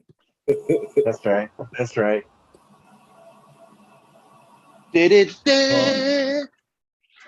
Would we be like the A The team, Wim- or are we gonna be like the one with what was the one where they shoot everything up and they had like fucking all of them, like Stallone and fucking everybody. Oh, The yeah. Expendables. Get to me. The Expendables, yes. None of y'all are expendable. 8 team. Uh, I just show my kids who Mr. T was. So, You gotta tell them it's T-Pain. I pity the fool too. right? Dude, it's so funny looking back on all the old shit like from the Oh, 80s. Like, man. like when I was that was like, yeah, that was my era growing up, man. The 80s is fucking all the shit you remember as a kid, and then you look back at it and you're like, holy shit, that was corny as hell. Like, what the fuck? Like, it's so bad, dude. So bad. People from the 80s don't even look the same. You know what I mean? Like they look like different humans or something now. Aliens from another world. Completely. My wife Yeah. likes some 80s TV show where there's like dinosaurs, fucking, and it's just really, maybe it's early 90s, but it was not like Land Before Time, but they were like actual live action big dinosaur characters, and it was supposed to be like a comedy. It was like a family, like a dinosaur Yeah, family, like they were living in a supposed to be house. so dead, but they were dinosaurs. I remember that. Yeah, Really boobs were strange different one. though. mama. 70s, 80s, 90s boobs were different though too, huh? Oh yeah. Breasts. Deforestation. Too. There were more. Yeah. Good description. That's weird. They were more, yeah. That was So something I gotta that- ask you, Green 13, what's advanced more, the boob jobs or the cannabis breeding since the 70s and 80s? We've both seen Definitely. advances and changes. Definitely cannabis breeding, man. They're still silicones are still just the same old. I don't business with that. It's my anniversary today, talking about boobs. Oh, right on. Happy anniversary. Cheers. Congratulations. Man. 15 years. That's my real hero. And 28 years together, man. Wow. That's awesome. You guys are old. Ah, Yeah, man. She picked me up when I was just a little boy, though, you know? There you go. It's a cradle robber, right? That's it. Yeah. That's how Lady Greenstalk got me. Is that right? I got 4 years. And when I was 17, she was 21. I was like, I'm dating a woman. You get me? Like a woman. Now I just got old chick. She knew what she was doing. She's out. Lady Greenstalk's 4 years older too. I Really? think Shit. when we met, I was I want to say maybe 25 and she was 29, maybe when we met. Yeah, even still, like she was an adult and your brain still wasn't fully formed, dude, for another year. I was in grad school. Yeah, it was a interesting time, man. I'm so happy I fucking met her. She's the greatest. Me and Grade 13 talked a little privately, and that's part of the reason I haven't been here too much. Is me and Lady G have got our own little health issues sometimes, and we just got to take care of each other. And, Oh, I thought I you was were very working on thankful. a mini Greenstalk. No, never. Hopefully, Never? the Okay. California reserves rights for people. Quick Yeah. on that. Make sure that never happens. Say that now. Say that now. Yeah, I used to say that shit. I don't know, man. How many do I you know. got, Green? Curious about it. They have Just one, man. Just Okay, one. okay. Because But one was enough. yeah, After I had that one, though, I was like, if I could go back, I would feel my life. Like, it was I started now don't earlier. feel like that. I now don't feel like that because I've become more selfish. But when she was born, I was like, shit, this is the best thing ever. Why didn't we have 10? If I can do life again, I'd have 10. But I got a dog now, so I'm kind of covered. That's like 9 children. Yeah.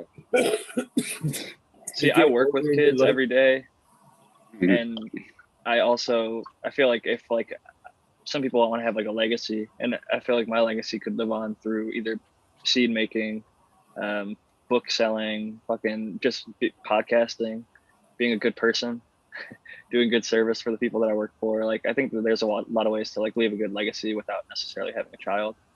And I also love having pets. I'm a big fan of my cats, but hopefully we'll get a dog someday. Johnny, what are we looking at? It looks beautiful over there. It does look good, Johnny. Well, I've got two in the back there, in the way back. Those two back there, those are Jillies. And then that's Bubba Hayes, right? Bubba Hayes in the middle right there. And I think that's a Puckerberry knockout right in the front. But yeah, the Bubba Hayes, man, they're really frosty. I'm loving the way those are producing. And those are all clones. I think I got 5 of those that are going to be close to being done at the same time, which is going to be a first of having that many plants being finished at once. So I really like that Huckleberry knockout. It almost reminded me of some of the Smiley stuff. Yeah. Like its loudness, really good terpy, like homegrown herb. It's just better. It's a clean hit, right? Mm-hmm. Yeah. Does it close your third eye? Nose. Does it close your third eye? It doesn't close it. It squints it a little bit. Definitely makes my eyes like this. Yeah. Every time you guys say third eye, I keep thinking brown eye, and I don't know. No, it's up here. You've been hanging around your grandson too long. Yeah. I almost look like I have one. I have a fucking scar up there from when I was a little kid. I tripped and we had the living room was like a step below the kitchen because there's like a drop floor for whatever fucking reason. And the kitchen had tile, and there's a little metal edge to that tile. So when I tripped and slammed my fucking head, you could still see it to this day. Got a little crack straight in the middle of the forehead, right where the third eye is. Just a reminder. Fucking let me know. Make it easy to find. You gotta put a tattoo there. So is your third eye not on the end of your knob then? I thought it was your little Jap's eye, no? I think that's like the 4th or 5th eye. I don't know. The brown eye and the white eye. The one okay. The old one-eyed snake. Yeah. On the real, there's a third eye meditation where you like hover your finger over the spot and you just like focus on it. And even though you don't touch the spot, you can start to like feel heat, even if it's like an inch away. It's an interesting meditation. And we still talking about penis. You can get that thing real quick. Yeah, I fucking woo, getting hot in here. All right. Yeah, 13. Green 13. I'm waiting for Eagle to cut in and go, all right, guys, it's time to... Not 420. Dude, you know what's funny? Is on Twitter, there was a thing, I don't know if anybody's ever heard of Megan Thee Stallion. She's a musician. She's like a Cardi B kind of associate type musician. Well, anyway, I saw a tweet because I follow Cash App, because I use Cash App. And they're like, we're teaming with Megan Thee Stallion to give away $1 million. All you got to do is tweet your cash tag or whatever, like your name from Cash App, and you have a chance to win. So I'm like, all right. I see like a bunch of people saying like, oh, I won $10 or whatever. So like I tweeted or whatever. And it's the funniest thing to me is it's like hashtag like hot girl summer or some shit. And I tweeted them and ended up getting like $10 worth of Microsoft stock. And the whole thing is she's trying to get like her fans to start like investing, which I think is kind of an interesting thought. But yeah, $10 for tweeting today. So anybody out there, if you want $10 worth of Microsoft or some other random stock, you can go through Cash App and tweet Megan Thee Stallion. So there's your $10 tip for today. I'm sure no one's gonna fucking do it. But yeah, I don't know. That was random. I was with 2 cents, Jack. So that's better than everybody else. Hey man, 2 cents is always good to give. I want to give the actual hashtag because I just thought it was so funny. Oh, Cash App for hotties, fire emoji. Yeah. It was too funny for me to not at least try. So you never know. You can make $10 Well, you got tweeting. something out of it. You Yep. got something out of it though, you know. So it's worth it. And who knows? Maybe I'll hang on to that stock and it'll plummet to fucking nothing, or maybe it'll go up to like $11. It's a fractional share of Microsoft. Microsoft's worth like 270 right now. So yeah. 127. Still something. It's something. Yeah, hey, So I'm not boom. a penny saves a What penny you- earned, baby. So boom, what you got going in your garden right now? In the bud room right now, it's empty, which was lucky because a couple days ago it was 39 degrees. Well, 30 degrees in there with the lights off. So if I started turning things on, it would have melted everything. So I just happened to get lucky that I was in between runs. But I got a 6 Death Bubba and a 5 GMO and a blue triangle, which is a blue dream crossed to triangle haze or something like that, I think. Triangle Kush, maybe. How's your Dude, you've had some GMO growing? crazy weather. You've had some crazy weather, haven't you? Oh, it's been brutal. yeah, like never before. Yeah, no. Yeah, everybody's getting a little taste of my weather. Exactly.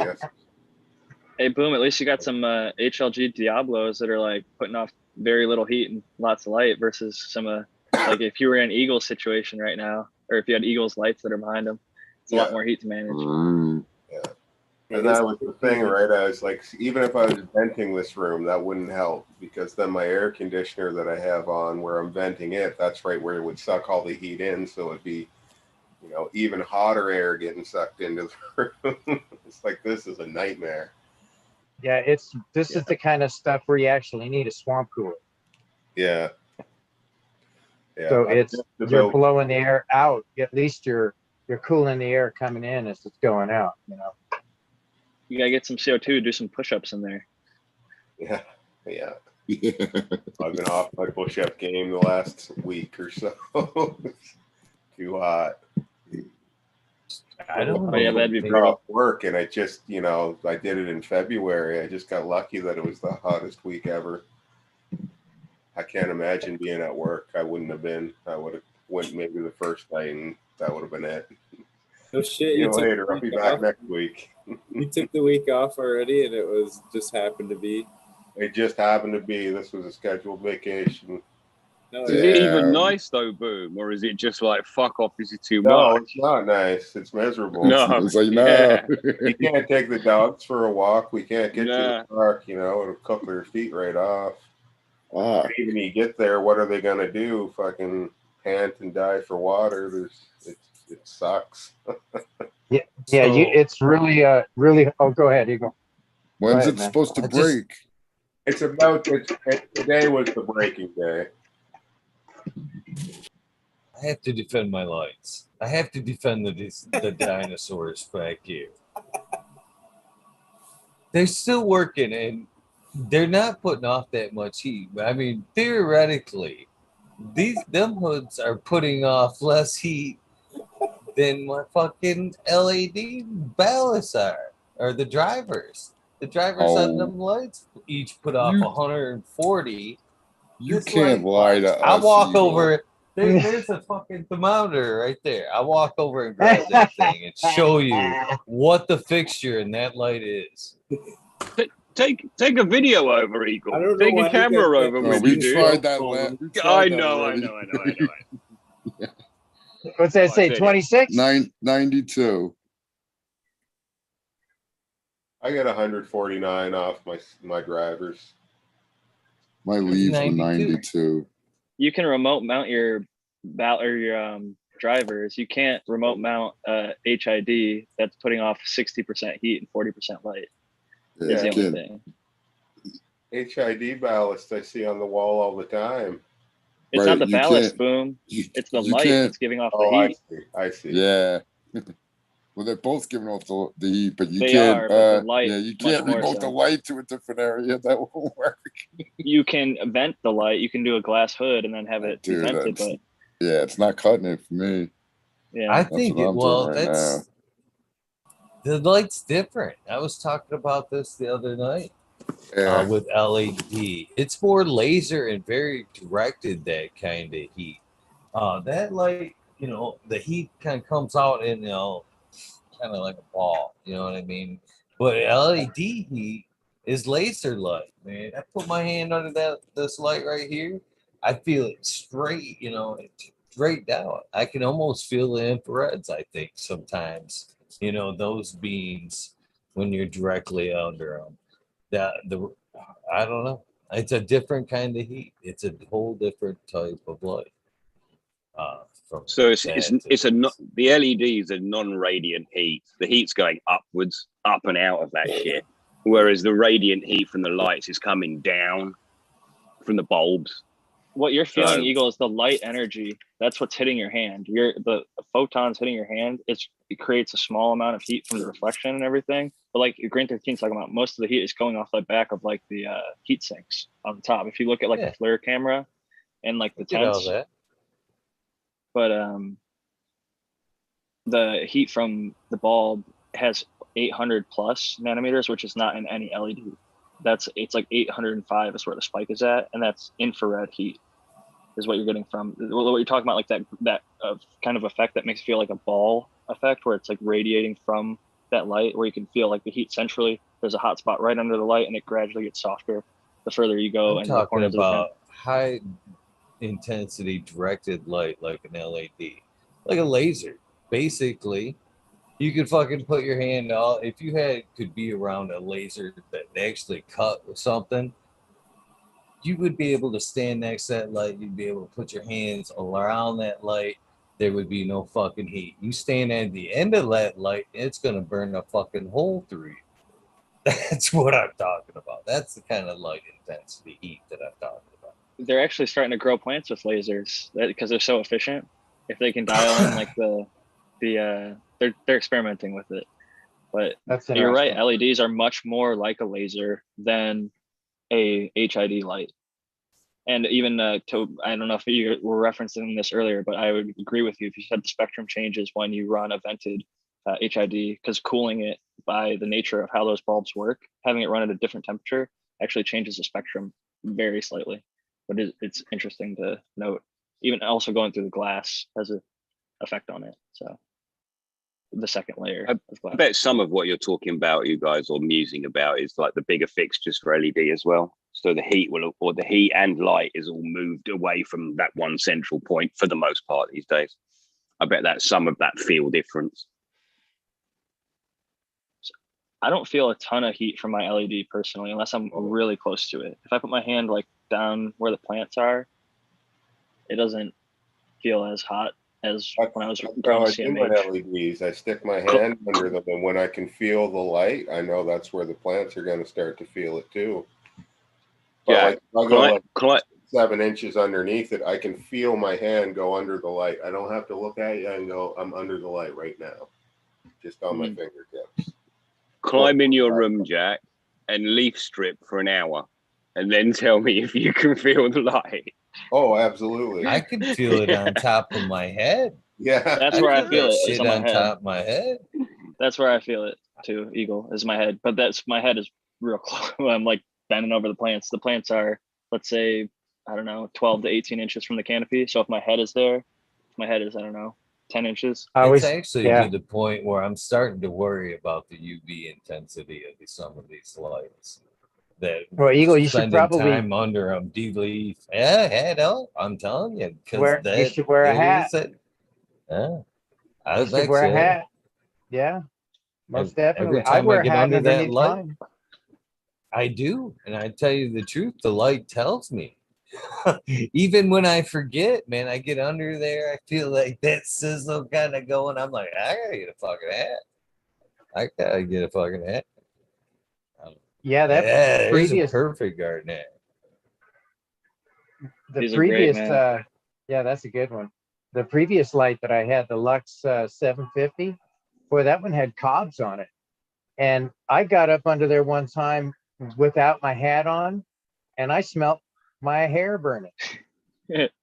I'm growing with cobs right now, and if you touch them or you get too close, it'll. I mean, so after that, I said, hat every time, man. I go in there. I don't want to get my shit all scorched up, you know. Come out there. Yeah. Have a third eye soldered in the back of your head. So I wonder what it is, because with the LEDs, it's not UV, because UV is a spectrum of light It's that's just that below. energy. It's just the pure energy coming off from the light. That's what you feel. Whereas like what Eagle's saying with the ball, the glow that he feels, that's the IR light that comes off. That's that warming thing, you know, where the surface of the air doesn't match the temperature of this. Their LEDs are getting so efficient now. Like when they're getting like 3 micromoles, it's almost like Eagle almost hit the nail on the head. It's almost like a laser at this point. They're so fucking efficient at creating light. What is a laser, right? It's just creating light. Like it's like a direct energy weapon. Laser is focused light. Was that Smiley? A laser is focused light. There's the focusing of it.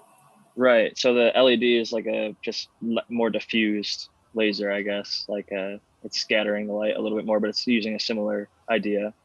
The most efficient like concentration of light. The efficiencies jumped a bunch.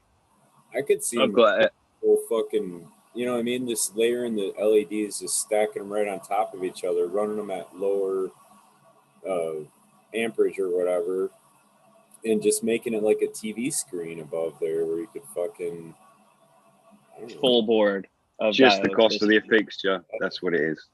It'd be expensive as fuck. But like the old ones, use the old ones that are like, let's say they're half as efficient, but if you're driving them at half the intensity, then their efficiency goes up, like Smiley was talking about, and you get more uniform coverage. Like who is it? The Medic Fold 8. They don't use the LM31Bs. They use like the LM365Hs, and instead of 2.7, it's 2.6 or whatever. But they have so many more of them that their light has a really good par readout. Like we were talking about Dr. MJ's thing earlier. He reviewed that light, and they're just trying to gain market share, and they're basically selling a 5x5 light for, I think it's like $400 or $500. I think it's like maybe in the high 500s, but it pulls, I want to say like mid 600 watts, and it just blasts a 5x5, and it fully covers a 4x4. You can actually, he dimmed it for the 4x4, and it still fully covered it easy, and it fits in the 4x4 frame wise. So I've got a 2.7 micromole fixture, and I have to keep the driver in with the fixture. All my others are separate, but that one, because it runs so cool, I actually got to keep the driver in there to have my room cycle properly. Johnny, I agree. It's we missed 420, but I'm gonna fucking load up a dab, and we should smoke some. I can't help but giggle and think that Jack was just talking about like tweeting things for money, and now we've got somebody in cash with like that fucking one win bet, $500. I mean, it funny. came up like I shit you not. If you look back, it came up almost as you were talking about tweeting for cash. Like they heard it, like, yeah, we got some guys over here, man.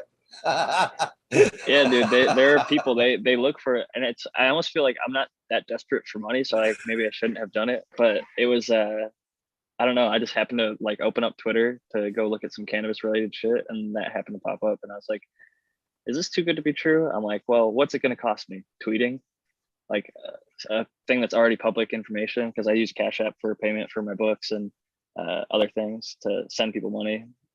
Like that's how I buy my Farmer Freeman sex testing, is through Cash App. And so, I mean, it's a cool app, I think, but yeah, it's funny that the shit pops up, because they definitely have like little things scrolling the internet looking for words, keywords, and they jump in and start fucking spamming stuff in chats, unfortunately. But happy 420, Man, everybody. as far as like making money on apps and shit, I practically got my kids jumping me for my receipts. That fucking there's a whatever app where you scan the receipt and it builds up like points and it gives you fucking gift cards and shit. And obviously it doesn't fucking take long, man, because they've been fucking shopping and shit. I'm like, where are you guys getting this fucking money? And they're like, gift cards from your receipts. I'm like, I mean, like, soon as I come home, they're like, "Where's the receipt?" I had one of my kids was going through my truck, looking through my receipts and shit. They're already out there, like, click, click, click, click. That's good money, man. If you can get it right in Dad's truck, fuck yeah. I'm just Oh gonna. man, that's better than couch money, man. I'm telling you. That's cyber money, man. Come on. Yeah, I don't even say nothing. If they're that innovative, I'm like, that's a cool No, they're pipe. knocking on your door and they're like, we got a copy of this receipt and we'd like to ask you about it, sir. no, they're all Yeah. on point. They're all on point. They all work too. They all work. I mean, gas, everything. I can't believe what they're saying. Oh, that's cool. It's a literal fight between the two. It's kind of like super funny.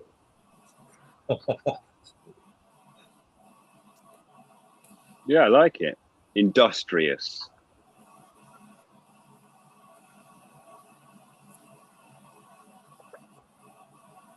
So I'm That going on is a Chad's show, wicked Johnny. pipe. Am I I'm going to sorry, get looked what? after? I'm going on Chad's show. Am I going to get looked after? What do you mean looked after? I don't To know. be I don't taken mean care of? anything. I just know To be you did taken it. care of? I'm Yeah, well, following you I in. didn't. We'll I all be tried there, to. Green. Yeah, I tried to, but my on that day, my Oh, connection was yeah. so bad. I was dropping remember. off, coming back on, dropping off, coming back on, dropping. And when I was outside too, so I'm not sure about that. The platform that they go off of. What is that platform again? 'Cause I know it's not It's either Zoom. Zoom or StreamYards. It's StreamYards. That's what it Okay. is. So I don't know what it is. Maybe they don't allow me to get enough internet to get StreamYards, you know? Yeah, StreamYards is funky sometimes when I've been on it. Like, yeah, it's not very. Zoom is way better in my opinion. Yeah. I mean, heck, I turn into a robot every once in a while, you know, but on that one there, I was dropping off and robot and all the time. I might as well have done the dance, you know? Is that thing just you can't get an app, can you? It's just a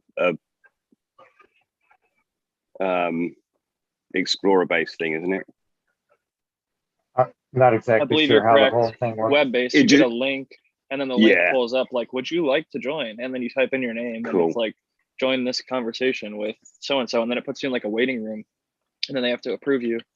But it doesn't really work necessarily because, as we saw with Pat from Green Bicycles, there was a fake the American one, I think, that was a flasher over there, and same with the Canna Queen, but that was on her Instagram live, I think maybe.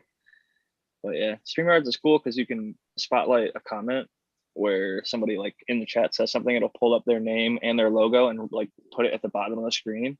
So I think that is really cool, but I do agree that Zoom has so many good features and it's just a very, very good app for what it does. Like the silencing shit in the background, you don't realize how important that it is until you come on like Eagle Show and you got people with like fans and shit blowing in the background. You don't really ever hear it. And other than like people coughing, which it's trying to pick up as like conversation, for the most part, it blocks out a lot of the ambient sound and you don't have to mute yourself 100% of the time if you're not talking. It Zoom takes care of a lot of the background noise. I was And shocked it's got good Yeah. at connection. the hash show how loud it was in the room for me and how well I could hear it on video, but I never heard the ice smashing around behind me. It's like, that's crazy. You're right. Just No, to it's rewind a little bit, there was a second towel incident. No way. yeah. Well, no, it wasn't recently. I was just kind of reflecting back, but yeah, it was Canna Queen had it happen to her, and Pat from Green Bicycles had it happen to him. And I think there was What a few other happened? people. Pat from Green Bicycles, someone with my name went on there. I don't know if they called themselves Tao, but there was a flasher. So I think it was I think it was Tao. Shit. Who could say? I remember that. We don't know, Tao. Couldn't say. Couldn't say. It wasn't me. I mean, there's only one way to prove it because apparently this flasher had a very small penis.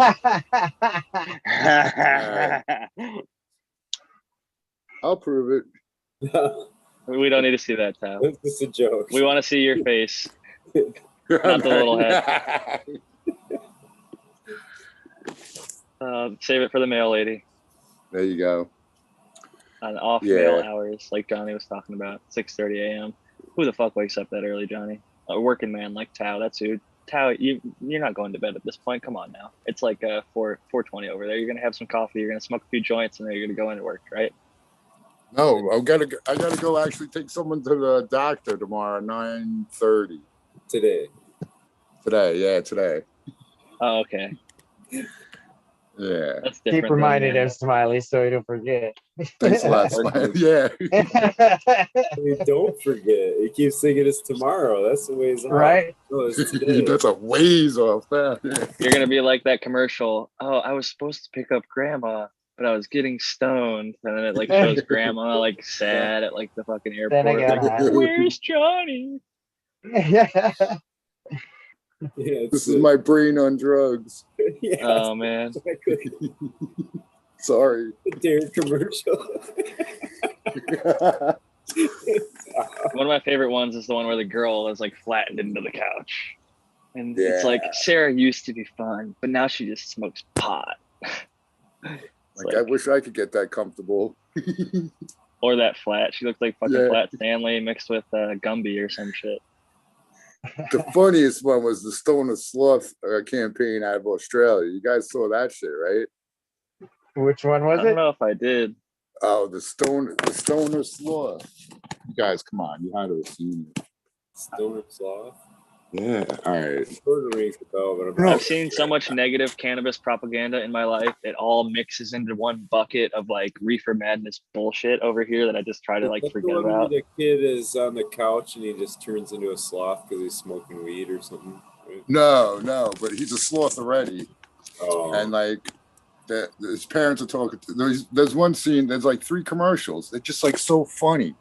The dude's like this. He's at the dinner table. And the mom's like, "Can you pass the salt?" And he's like, "Oh," and he passes her the lettuce instead of something. She's like, and his sister's like, "You stoner sloth," or whatever. Yeah, I'm gonna find it. I wonder. Yeah, I don't know if There's another one where the dog like starts talking to the fucking human like, "Oh, I really liked you before you smoked weed. I wish you wouldn't smoke weed." Like, jeez, man, like these fucking commercials are brutal. It's so crazy because what you're talking about now, we know really about it, and like we're all sitting here because of it. And look at all our big smiles and intelligent conversations and unintelligent conversations. But it's just such bullshit, isn't it? We were just so badly. I mean, we know this thing is like clearly medical, and like even if it isn't, it's a social lubricant. So fucking hell, it was like, why are you? Who's got the time to demonize some shit like that? Like, No, what the fuck? Eagle. If I share it here, would it get a copyright thing? Fuck yeah, Spend you that will. time. Well, I think that shit'll get you striked. Probably. It depends. Who the fuck You gotta knows, put it but- on your Instagram. Link it to that. We can always talk over it. I'll put it in the You can- chat here. You can narrate over it and it should be okay. Yeah, I see what you're saying, Johnny. I'll start. Maybe yeah, I don't want to get this one taken down. I guess it don't matter, right? Fuck Eagle. Understand? No. How many strikes you got? You got any strikes, Eagle? Well, we were talking I about got- copyright earlier. So, knock I mean, on wood. Knock on wood. fair use. You So can use far, like what, so good. 15 seconds, or you can watch the whole thing as long as you like pause and comment on it for a few seconds. You know how Yeah, like certain people on yeah. YouTube reaction react. video. Yeah. There Yes. you go. Yeah, you could stop it. Now this is the part where they're gonna, All right. So what are you saying? 15-minute clips? You guys, Can you in hear me? exactly 15 seconds, everybody go, oh! We used to get taken down for the dad song. Okay, time's up. Pens down. Delilah. Hands down, Delilah.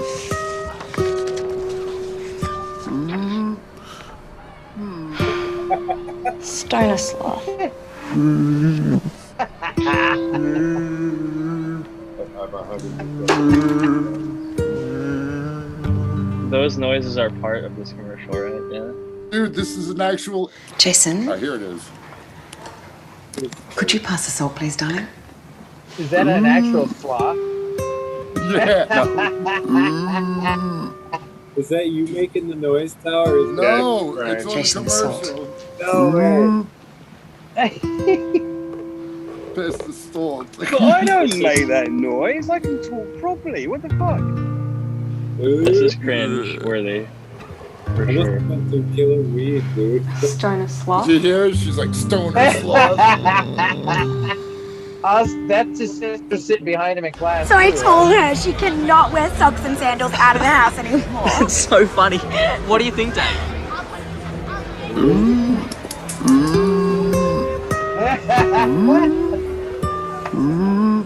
That one's like pretty awesome.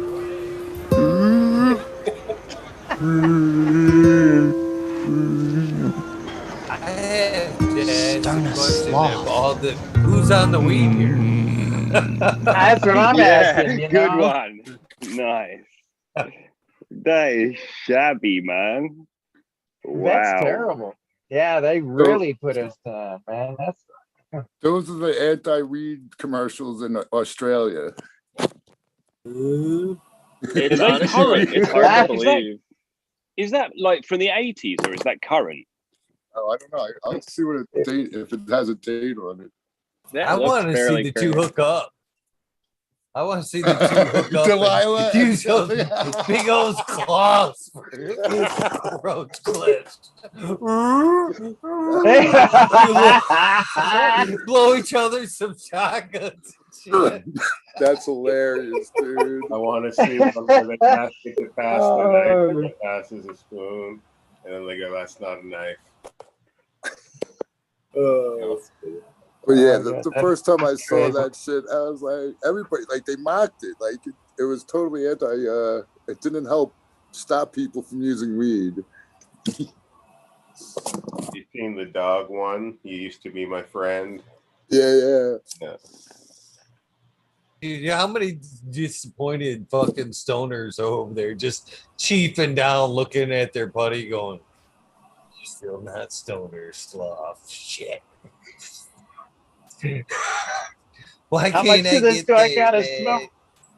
I need some goddamn stoner sloth weed. This shit is rubbish. That kind of stuff. All right, Jesus Christ. Oh man, that's got to be a strange stoner sloth. Dude, that's like some I was just grandma's thinking boy. that, That's like a grandma's Tao? boy level skit Tao, there. that's in your court, Tao. That you brought that stuff up. It's got to be a strain. Amy Just Aces smoking crossed on to Godiva. stoner sloth. What's your most sedating strain, Tao? You said Amy Aces is pretty relaxing. Yeah, what are you smoking on? Oh, I heard of that. That's stoner sloth, right? That's good shit. Remember in Grandma's Boy, like the zombie or like Frankenweed, like the shit that you'd get so high you'd like fucking walk around, fucking like arms out and shit. Like they had all sorts of crazy ass weed. Like that was a silly ass movie. Yeah, that movie was underrated, and I don't know if that one didn't get enough play, man. It's like Adam Sandler I movie knew- without Adam Sandler. There's like a lot of like Yeah. Dante. I definitely knew some stoner sluts that sounded and looked similar, but were not sloths. Definitely not sloths. I'm about to go sloth it up in the bed. I hope you all have a great rest of your evening. Eagle, thanks for having me. Johnny, good to see you. Smiley, Boom, Green 13, the American one. It is always a pleasure, everybody. I hope you have a great rest of your wormhole, and I hope I catch you around soon. Peace and See you love. later, Jack. And Peace out, Jack. Good seeing you. hello to the pup. That is a sharp dog, man. I'm gonna jump out too, though. It's that time, and I'm not gonna make Eagle like close it out early. I've been waiting on him to be like, "Oh, guys, Yeah. But you got to wait. Don't run off. You got to wait for him to say goodbye as well. Because You got him last night. yeah. And I was listening afterwards, so it was like, yeah. Okay, 1, 2, 3. Okay, everybody out.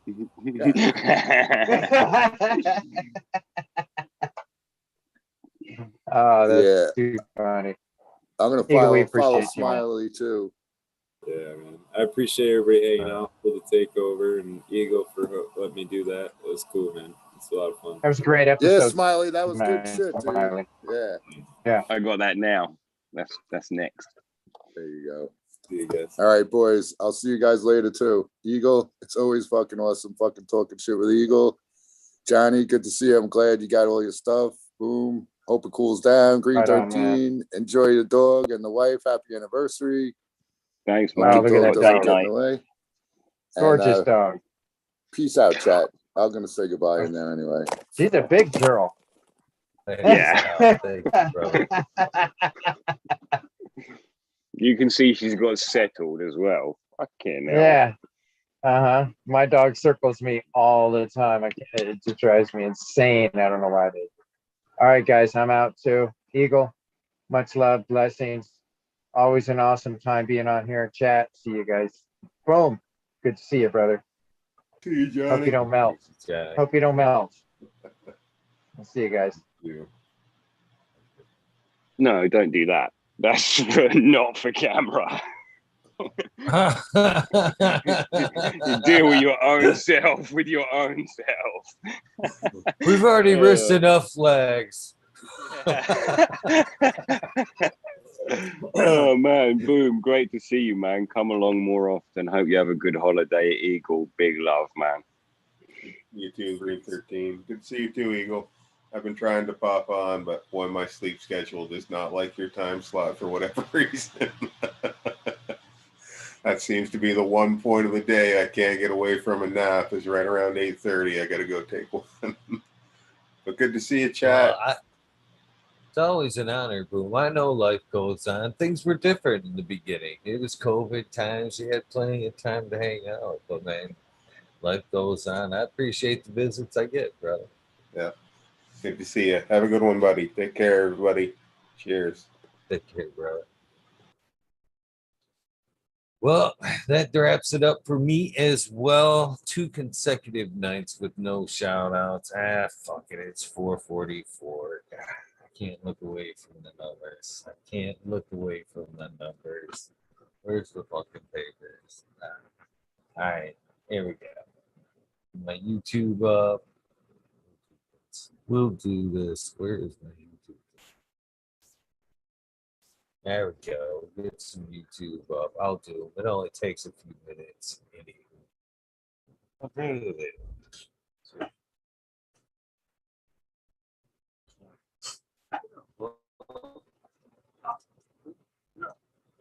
Shout out. Bubba, get off the shout outs. Fucking dog's laying on the shout outs, man. Fucking dog. Bubble.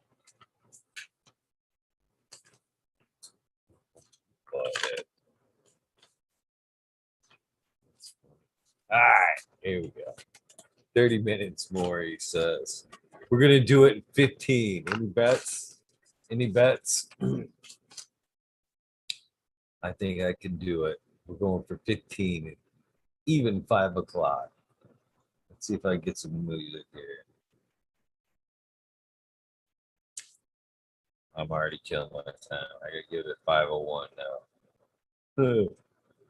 No music when you need it, of course. Of course. There's any kind of music. We're just going. All right, here we go. 15, I say. Once I get some music, I gotta have music. It's the grease that makes the wheel go. All right, you ready? I'm ready. Some cool D's House of Dank, Mama Law 710, Scarecrow, Grove 420, Green Thumb Bum, Christina MG 89, Unplugged 705, Medical Cuddy, Rick T, the Rebel, the 9G207, Baby is Selena, Save's not here, Tom Spook, Greg Walker, Mendo Dope, T-Dog, Run, Dung Beetle, Red Eye Jedi, Groves, Mother Nature, Justin Conway, Duckweed, Run Boy, 7426, Justin Gooder, Strange Man, Okie Grower, 75. Damn this commercial. Michael Wallace, Corey, Trevor, Movision 420, Who's Your Cat Daddy, Taco Don Slug, Rick S, In the Bushes 827, James Siemens, Kevin Hahn, World's Last Hope, Pat's Fallon, Biomentor, Dirt Road Dude, Kenishiba, Jose Ramirez, Red Eye Rustler, Dab Goblin, Dr. Buzz Lightyear, Acetone, 710 Canuck, Kenneth Queen, Genetics, Sabby, Tanaze, Fumador, Dirtman Dan, Keith the Black Sales, Mr. Bocilla, Zim, Premium Gardens, Rasta Bob, Rasta Jess, Soil, Root, Small Tube, Tyler, Frosty Buds, Norm, Michigan Micro, Ouija Buds, Dub T. Roy, Big Jar Grows, AC, Modern Genetics, Zocal, Weed Nerd, John, Last PPJ 15, Green County Grower, CJ Apple, Perfectly Perfected, Dollar Tree Grower, T1 Production, Tank Grower, DOA Grow Mets, Miss Nudie, I Grew Some, Gianni, Canic Seed, Nutrient Shootout, Sonny, Nikki, Zoe, and Slammer, NNY, Pixel Monkey, St. Bernard's Observation Blue, Culver 420, High Spy, Aldridge 25, Miss Madam T, Stu Moo, Mo Grower, The Canna Great, Loki Grows, Cecil Sky Burton, 79, Polish Hammer, Midwest Outlaws, Voodoo Ultras, Fresno Nerds, Cali Connection, Wolverine Grown, Big Jar Grows. Sorry about your mother, man. That sucks. My deepest condolences. Jimmy One for Life, D Block, or Laid Way Back, Farmer, MMP Nations Creations, Amber Lalonic, Psychedelic Warlock, Artist LD, Sir Sicky, Rob, Big Day 420, Brent Window, Big Ed 1961, Matawani, G3, The Green Click, JK, Triple G, Mr. Strictly, Brittany and Tyler Teasley, Hope Farms, Lisa G, Bon John, B2 Crazy for You, BG, WT420, Dr. Budswell, Purple Thumb OG, Arthro Amelia, Arthro, Just Face 420, Beast Coast Grower 420, Sir How, Trey Malone, Keep It Real, Hagerton 420, Zuts Upland, Audit Everywhere, BT, Double D, Grows, Bingus, Green Puffin Man, Alex Poik, Just Stuff Like School of Crop, Cause I Love It, Green Mountain Grower, Southwest Hokey, Real 100, 212, Andy Moran, Miranda Family Farms, Page Farms, Me All, Flower, Ronnie and Anderson, Green 13, Noob Chillbot Wins, Kingdom Microponics, Indra, Michigan Native, Mary Jane Medgarden, Streamer 77, Double D, Bad Bunny, Nutrients, Mr. Green Pots, Miss Green Nugs from 619-664, Spaniard, Kroger, Jones and Grow, Pop G Grows, Raz, Amy, Dro Grows, Cass, the Grow From Your Heart podcast, Lily Luna, the Green Med Flock, Jeremiah Miranda, Sony Creek, Lost Art, Mr. No One, LG 420, Giant Mike, Prometheus, Soda, Jason Iso, B Win, Dave Colby, Mason 662, Scroggy, McScroggerton, the fourth goddess, Grows, Kaylee, Burrows, Chad, Brad, Finally, Farms, Polly B, Kevin Jodry, Mike Honcho, Jay Huggins, UDA, Green Tree, Hunter, Kush, Cloud, Joshua, Steamsland, Organic Corn Buns, Warren Nelson, Camwood, May Mystic, Show Love Always, Kelly Stone, Texas OG, Chuck Norris, Serge S, Claire Fresno, Happy Guy, Dan the Indoor Man, Gromies, Homies, Clip, Smoke Hamilton, or Gromies, Homies, Clip Snow, Hamilton Grows, Keystone Camouflage PA, Big High 710, Eugene Greenleaf, Ace Drew, Hustle, Fred, Dor Carlos,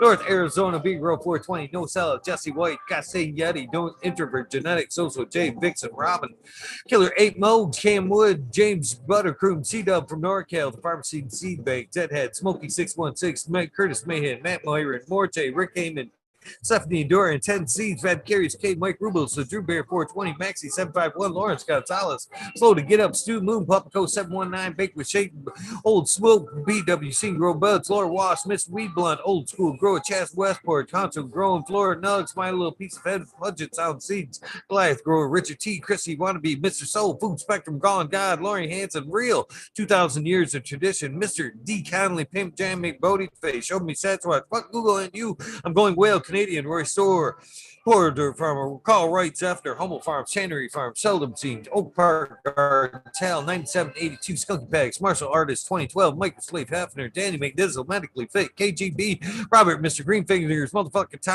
Thomas, Ratchet Codes of Pledgey, Monkey Balls, Andrew Chamberlain, Bobby Lynn Meats, Trent Digger, Mr. Mac, Tony Like Bloney, Bill S, Weed Peace, Tater Delicious, Minty Country, Roots, Here on Fire, Genetics, Earth Creeper, Big Ray 420, Teeny 101, Buds and Hazard, Mr. Club 14, Bearded B-Man, Farm 616, Snarl Up North, Max Grumman, Ruby, Timothy McKimmons, Neo, Justin Bean, sorry about that, Chronic 88, Fat Belly, Real Jennifer Steele, Cannabis 03, Turf Farmer, Shannon Stevens, Carlitos, Latinas, Gator Country, Mr. Speed, Wolfstein, Firesaw, Wally Wookie, The Goddess Grows, Rasta Bob, Whitefeller Grows, Burning Troops, Tone Goes, and Caveman Grows, BX Gutter, Smith, Dude, Tone, or New Grows, Sean McCann, Jay Muggs, Tank Agenda, Walla Canna Grow, Fall Dog, Huron, Canada's Council, Elizabeth Paris, Rock Fam, Justice Make, 420 Bang, Fresh Grow, Thriving Urge, Hi Boy, Your Mailman Grows, We Be Growing, Australia and Growing, Love for the Plant, Argo, American, Smop Hooker, Unfrozen Fave, Caveman, Wise Highest, Surfcraft, Michael Roon, Jeff Lowenfels, Mobius Grows, Dan D, Elliot Harkins, Weststick, Flavor, Muff, The Foraging, Gardner, Overwater, Overkill, Seattle Sea, Shadow Warrior, Valley Green, 514, Amelia Jensen, Odds Indica, Dr. MJ Coco, Brandon Ross, Matthew Gates, These Bags, Drone Star, Shotgun Willie, Dank Yoda, Jay Simmons, Sherbrode Grows, The Lackamus Coop, DJ Conley, Aaron the Grower, Light 1978, Michigan Grown Buds, Your Boy, Roy Boy, Delta 9, Jay McDaniels, Clackamus 420, Stinky Cola, Dylan Steinberg, PFC Farms, Husky Garden, Sun Grown 707, J.A. Dro, J420, Cascadian Growth, Sea Toads, McGee, Four Plants, A, Weedworks, Captain Scrog, Skunky Bunch, Hodge Warrior, Jackie Young, Terry Lee Live, Magaster Tempe, Annie N, D Urge, Green Jr., Leon from All Purpose Plus, Green Goose, 11 Smiles, 11, Bindu Bugs, Michael Ross is Plenty, 311 Mix Up, Kinder Grows, Evergreen, Geez, Friends, Tree, MMJ, Matt S. Save Bob, Dragonfly B, Justin Metz, Travis Wallace, Lucky Mike, Seattle's Chronic Seeds, King Chronic, Titan Coast from Blessed Coast Seeds, Chango Gas, Vassal for Life, John Smith, Tommy Trico, Smoke King, Raz, Pop Little, Slow Rose, Spiky Pox, Oscar Green Jr., Matt Steelbird, Into 11, Stephanie V, Shark Bully, 989, Von Brown, Garden, Stoner Nation 420, Joe Y, Bugs 1313, Hated Lady, Frank Boot, Jay Myers, Submit, the Chat, Mr. Manny D, Bag Seed, Shredder 911, Dutch Gross 420, Scallywag, Empire Breeding Co., Medgore 1, Skillbo 1, Broly, Lost Leaf, Liam Mass, Danny Danko, B Bear 7, Allie Noble, CK Tom, Trinidad, Looney Jester, Smoking with Small Town, Tim S, Mr. Malazy, Mafter Grows, Automation is Freedom, Robert Hazelton, Sure, Michigan Core, Double Tap Farms, Mr. Green Thumb Bum, 808 Rooting Prospects, the Canna Bus Driver, Hating Life, Kenny 710, Operation Grow, T-Ben, TM 42696, Rude Nuts, Hammered E-Nails, Dr. Scrambles, VB, Moonrock, GH, Double J, Bio, Green, Self Grower, Hanky Stakey, 420, OG, KB, Ganja Nana, Your Mama, Georgia Joe, Roy Rodriguez, Big Growing, Nature's of the Snugs, Killer B Grows, Ganja Wizard, Husky Gardens, Nut Tree 420, Dr. Ooh, Soil Life, Bully Ford Life, the Jeff Rose 42069, Beta 698, Dr. Franklin Booty, Goddamn Bait Ted's Test, the Riffin' Fat Boy, Jack Greenstalk, 420, Boom Farms, Charlie Farms, Aldridge 25, Smiley's Gardens, JT, Smith D's Nuts, Smoke Grow Frazier, Grokoski, Twisted Roots, Faded Farmer 420, Jeff Dorowski, Genetic Memory Farms, Evolve 420, Cameron, Mr. Bagseed, Jill Carter, Mystic Marks, Mystic Grower, Ginger Snap, CTE, Groze, Rick Wolf, DLP 2372, Dead Denver, Mike Denver, Sergeant Pepper 420, Cannon Trooper, Flying Cat 420, Light Up, Get Tim, UKSI 420, Buddha Boy, Devin Shipwreck, Medical MJ, Budsville, USA, Resurrection Prophet, Chris Martinez, Dinkman, Dan, Dinkman 420, Red Sun Farms, Good Life, Joni Bell, Miss Chicha B, Most Hated Grower, the Major General 420 Army, the American One, Chirates, Kineos, and X, Mountain Skies, Ready, Hit That Hot Bar, Chris Mertz, Ian, Save Robbie, Sergeant Live, Epiphane Cam, Finger Lakes Finest, Ridge Patch, Dozer Moon, Southern VT Grower, Choose Medical, Jared Blair, Plus One Mushroom, Secret City Pioneers, My Little Tent, 242, Spacewalker, Christian, Tree Mump, T. Barrington, Heart and Soul, Homegrown, Mike B, T. Dwayne, East Coast Will, ID Day, John Smith, Elliptus, My Natural Farm, Pacific Northwest Seeds, Roscoe, Paul, Lemon, Holco, Trench, Rita's Juicy Life, 420, Grant Manual, Marybond, Sammy Sizzle, 81, 9 Inch Clothes, Kiss Smooth, DK Trades, Vision Creator, Guru, Dekai Brew, Cannon Nation, JJ Wire. Wop Woppy, Sean Benz, Roadside Ready, Rescue Ready, Roadside LLC, Notorious Snugs, Magma Seeds, Father and Son Trimming Tutorials, Dub T Tank, Jose, Martin Perez, Doggo the Hut, 420, Mpuk, Chibo Man, GR420 Community Video, Detroit River Rat, Louis Garcia, Michael B, AJ Every Day, Captive Audit, Ted Bob 13, Main 420, Mad Grower, Cookie Coop, Jake Kendricks, In for the Grill, Backwoods All Good, Sally Mansell, Adam Skankin, Chanel Simpsons, One Smoke Away, Ganja Rhodes, Kazoo, Aaron Burnett Room, Foods, Mr. Lincoln Sinkin, was Angel Studios, MG, the 420 Grow Tent, Paul Diella, John Fleming, Dankovich, Fibro Faller, Paul P, Seldom Seen, Elevated, Lenny, Organic, Sunman, Sunny, Chiba, Sunny, Jeff Popalik, Ricardo Sosa, Dan J, Ricardo, Earth Friendly Farming, Candy Forest Farmer, fuck all that be, the Misfit Grower, Jason Line 512, Snake Eyes, Northern 4466, Jason Grandstone, Soner Baker, MD, Stony Creek, Russ Sonic, Fringe Dweller, Tarzan, Superman, Old Man Hermit Ash, Free Bird, Moat Grower, Matty Gar, uh, eh, Simple Man, Survivor One Time, Tim Blake, Ghost, Golf Coast Chronic, Stink Fat, Caballero, Dingo. I fuck that up every time. I might as well just skip it. Harley, Grower, Jen God, Jason Line 512, Steve Collins, Todd Kendricks, Property Maintenance, Sharpie, The Island, Hey, Scuba Steve Speaks, JR Reeve, Randy K, TCDR, Claire Kinney, Warner, Farming, Randy Grande, Pip 1000, Ace Boom 3223, Wake Up Captain Freedom, yeah, Buffer Smiles, 15 digits, Michigan Gotcha Move, Fred G, Super Bob.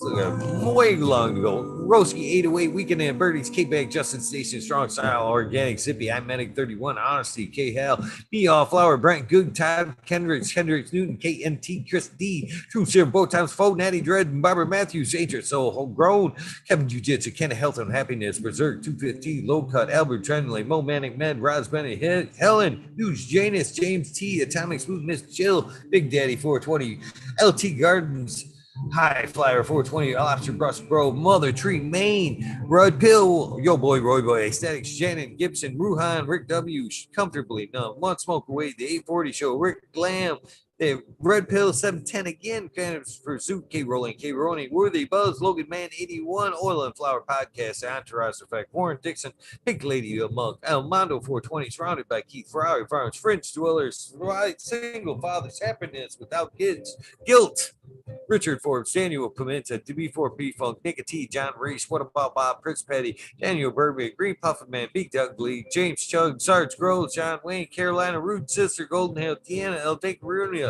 El Degarino, K&F Gardens, Blank 1030, Choose One Only, Feet, Farmer James, Crypto Dope, Richard Lamb, HIP Grow, Matt Javine, Dan Marino, Chronic Wonder, Sunrise Grows, Top Floor Genetics, Mo Vision 420, Cantu Cannabis, Just Fisher, Mo, My Dog Nelia, Rooster Farms, Alex Hardy, Gear, Medicropper, Daniel Grows Florida's, Mitten Grown Med, Sunrise Grows, Lexi, Brittany, Kumo, Limit 916, Grumpy Toad, Alchemix, and Canada Mix, Soil Broner, Dixon, Ross, Joe, Alex, D, Dirty Or Catfish, High Power, Thunder Dad, Propagation, Sandy Station, John McDaniels, Lisa Marie, Sarge Grows 818, Blaze 85, Piper, Perpetual, Eagle Pride Warrior, Sarah Spawns for you, Frank Usada, The Date Duchess, Kino, Kelly Maxwell, Captain 420, Sing Fat, What About Bob, Il Juster, Pop Shrooms, John Gorski, Jen Doe, Dungeon Gangsta, THC4 PHT. For THC4 PTSD, that's important. I had to do it again. T Barrington, Honcho, Grown, Swamp Camp, Palero, Cannabinka, Best of Bika, Jen Doe, Mr. Manny D, Canifari, 420, AB Normal, Frank Guerrero, Bayer Free, J, Brent, 74, CK, Brown Guy, 420, Pachyderm, Kearney Tree, Maine, EA, Grayson, Grow, 207, John, Hydro Daily, Hemp with GD, Jamie Reams, Supreme Grave, Sony Rockefeller, Caveman, Cannabis, Bruce City, Sin, Hawaii Sustainable, Midnight Roots, Dead Cynic, Knuckles, Michael P, Polly Be Quick, Be Nimble, Bud Kilowatts, Michael D, 4889, Descendant Brothers, Mycelium Man, Joseph, Grace F, Medicine RX, Keith and Chief, Hydro Daily, Concerned American, Cannabis 411, Spirit, Freedom of Speech, Dr. Joints, where D Street, Ganja, Sudoku, 710 is Oil Up Sound, Jesse Stevenson, Victoria, What About Bob, Sacred Gardens, Gus Groves, Slick Rick 8, Dog Pounds, David, St. Louis, Armu Watts, Got Staying Yeti, Ed Red, MN Grown, Uncle Elmer, Off Grid Trips, Christopher 54, Last Predator, Mass, SoCal, Sue, Illinois Man Beater, Jinx Fruit, Dark Horse Genetics, Stoner Dude, Joel and Jen from North Star Genetics, Carolina, Mine, Mr. N Cry PTA B13, Lil Brew, Beyond Perfection XX, Elite GP XX, Uncle Stoner Dude, Crispy Treats Kitchen, Goers Paradise, LAD Grown, I Seen It Clan, Decoy Bacon, Mr. Scotto, Fresh Baked One, J. Allen, Big Bob Groves, Jolly Canna, Australian Gold, Yuka, 420 Gardens, Daniel, Phil, No, Where man, Mr. Nowhere Well, Sally, Silly Seashells, Mr. C562 Ganja, James Chrysler, Green, Ghost Genetics, Zenzolo, B. Benson, Astro Charlie, Sativa Smurf, 4GTCA, Bush Doctor, and last but not least, Sweetest 207. Thank you guys for joining in. You know the deal. If this is the end of your journey, please do something nice for somebody. Fuck that up. This is the end of your journey. Please get some rest. If this is the beginning of your day, your journey, please do something good for yourself. Please do something good for somebody else. Random acts of kindness do save lives. Thank you. I'll see you guys tonight with ABC Co.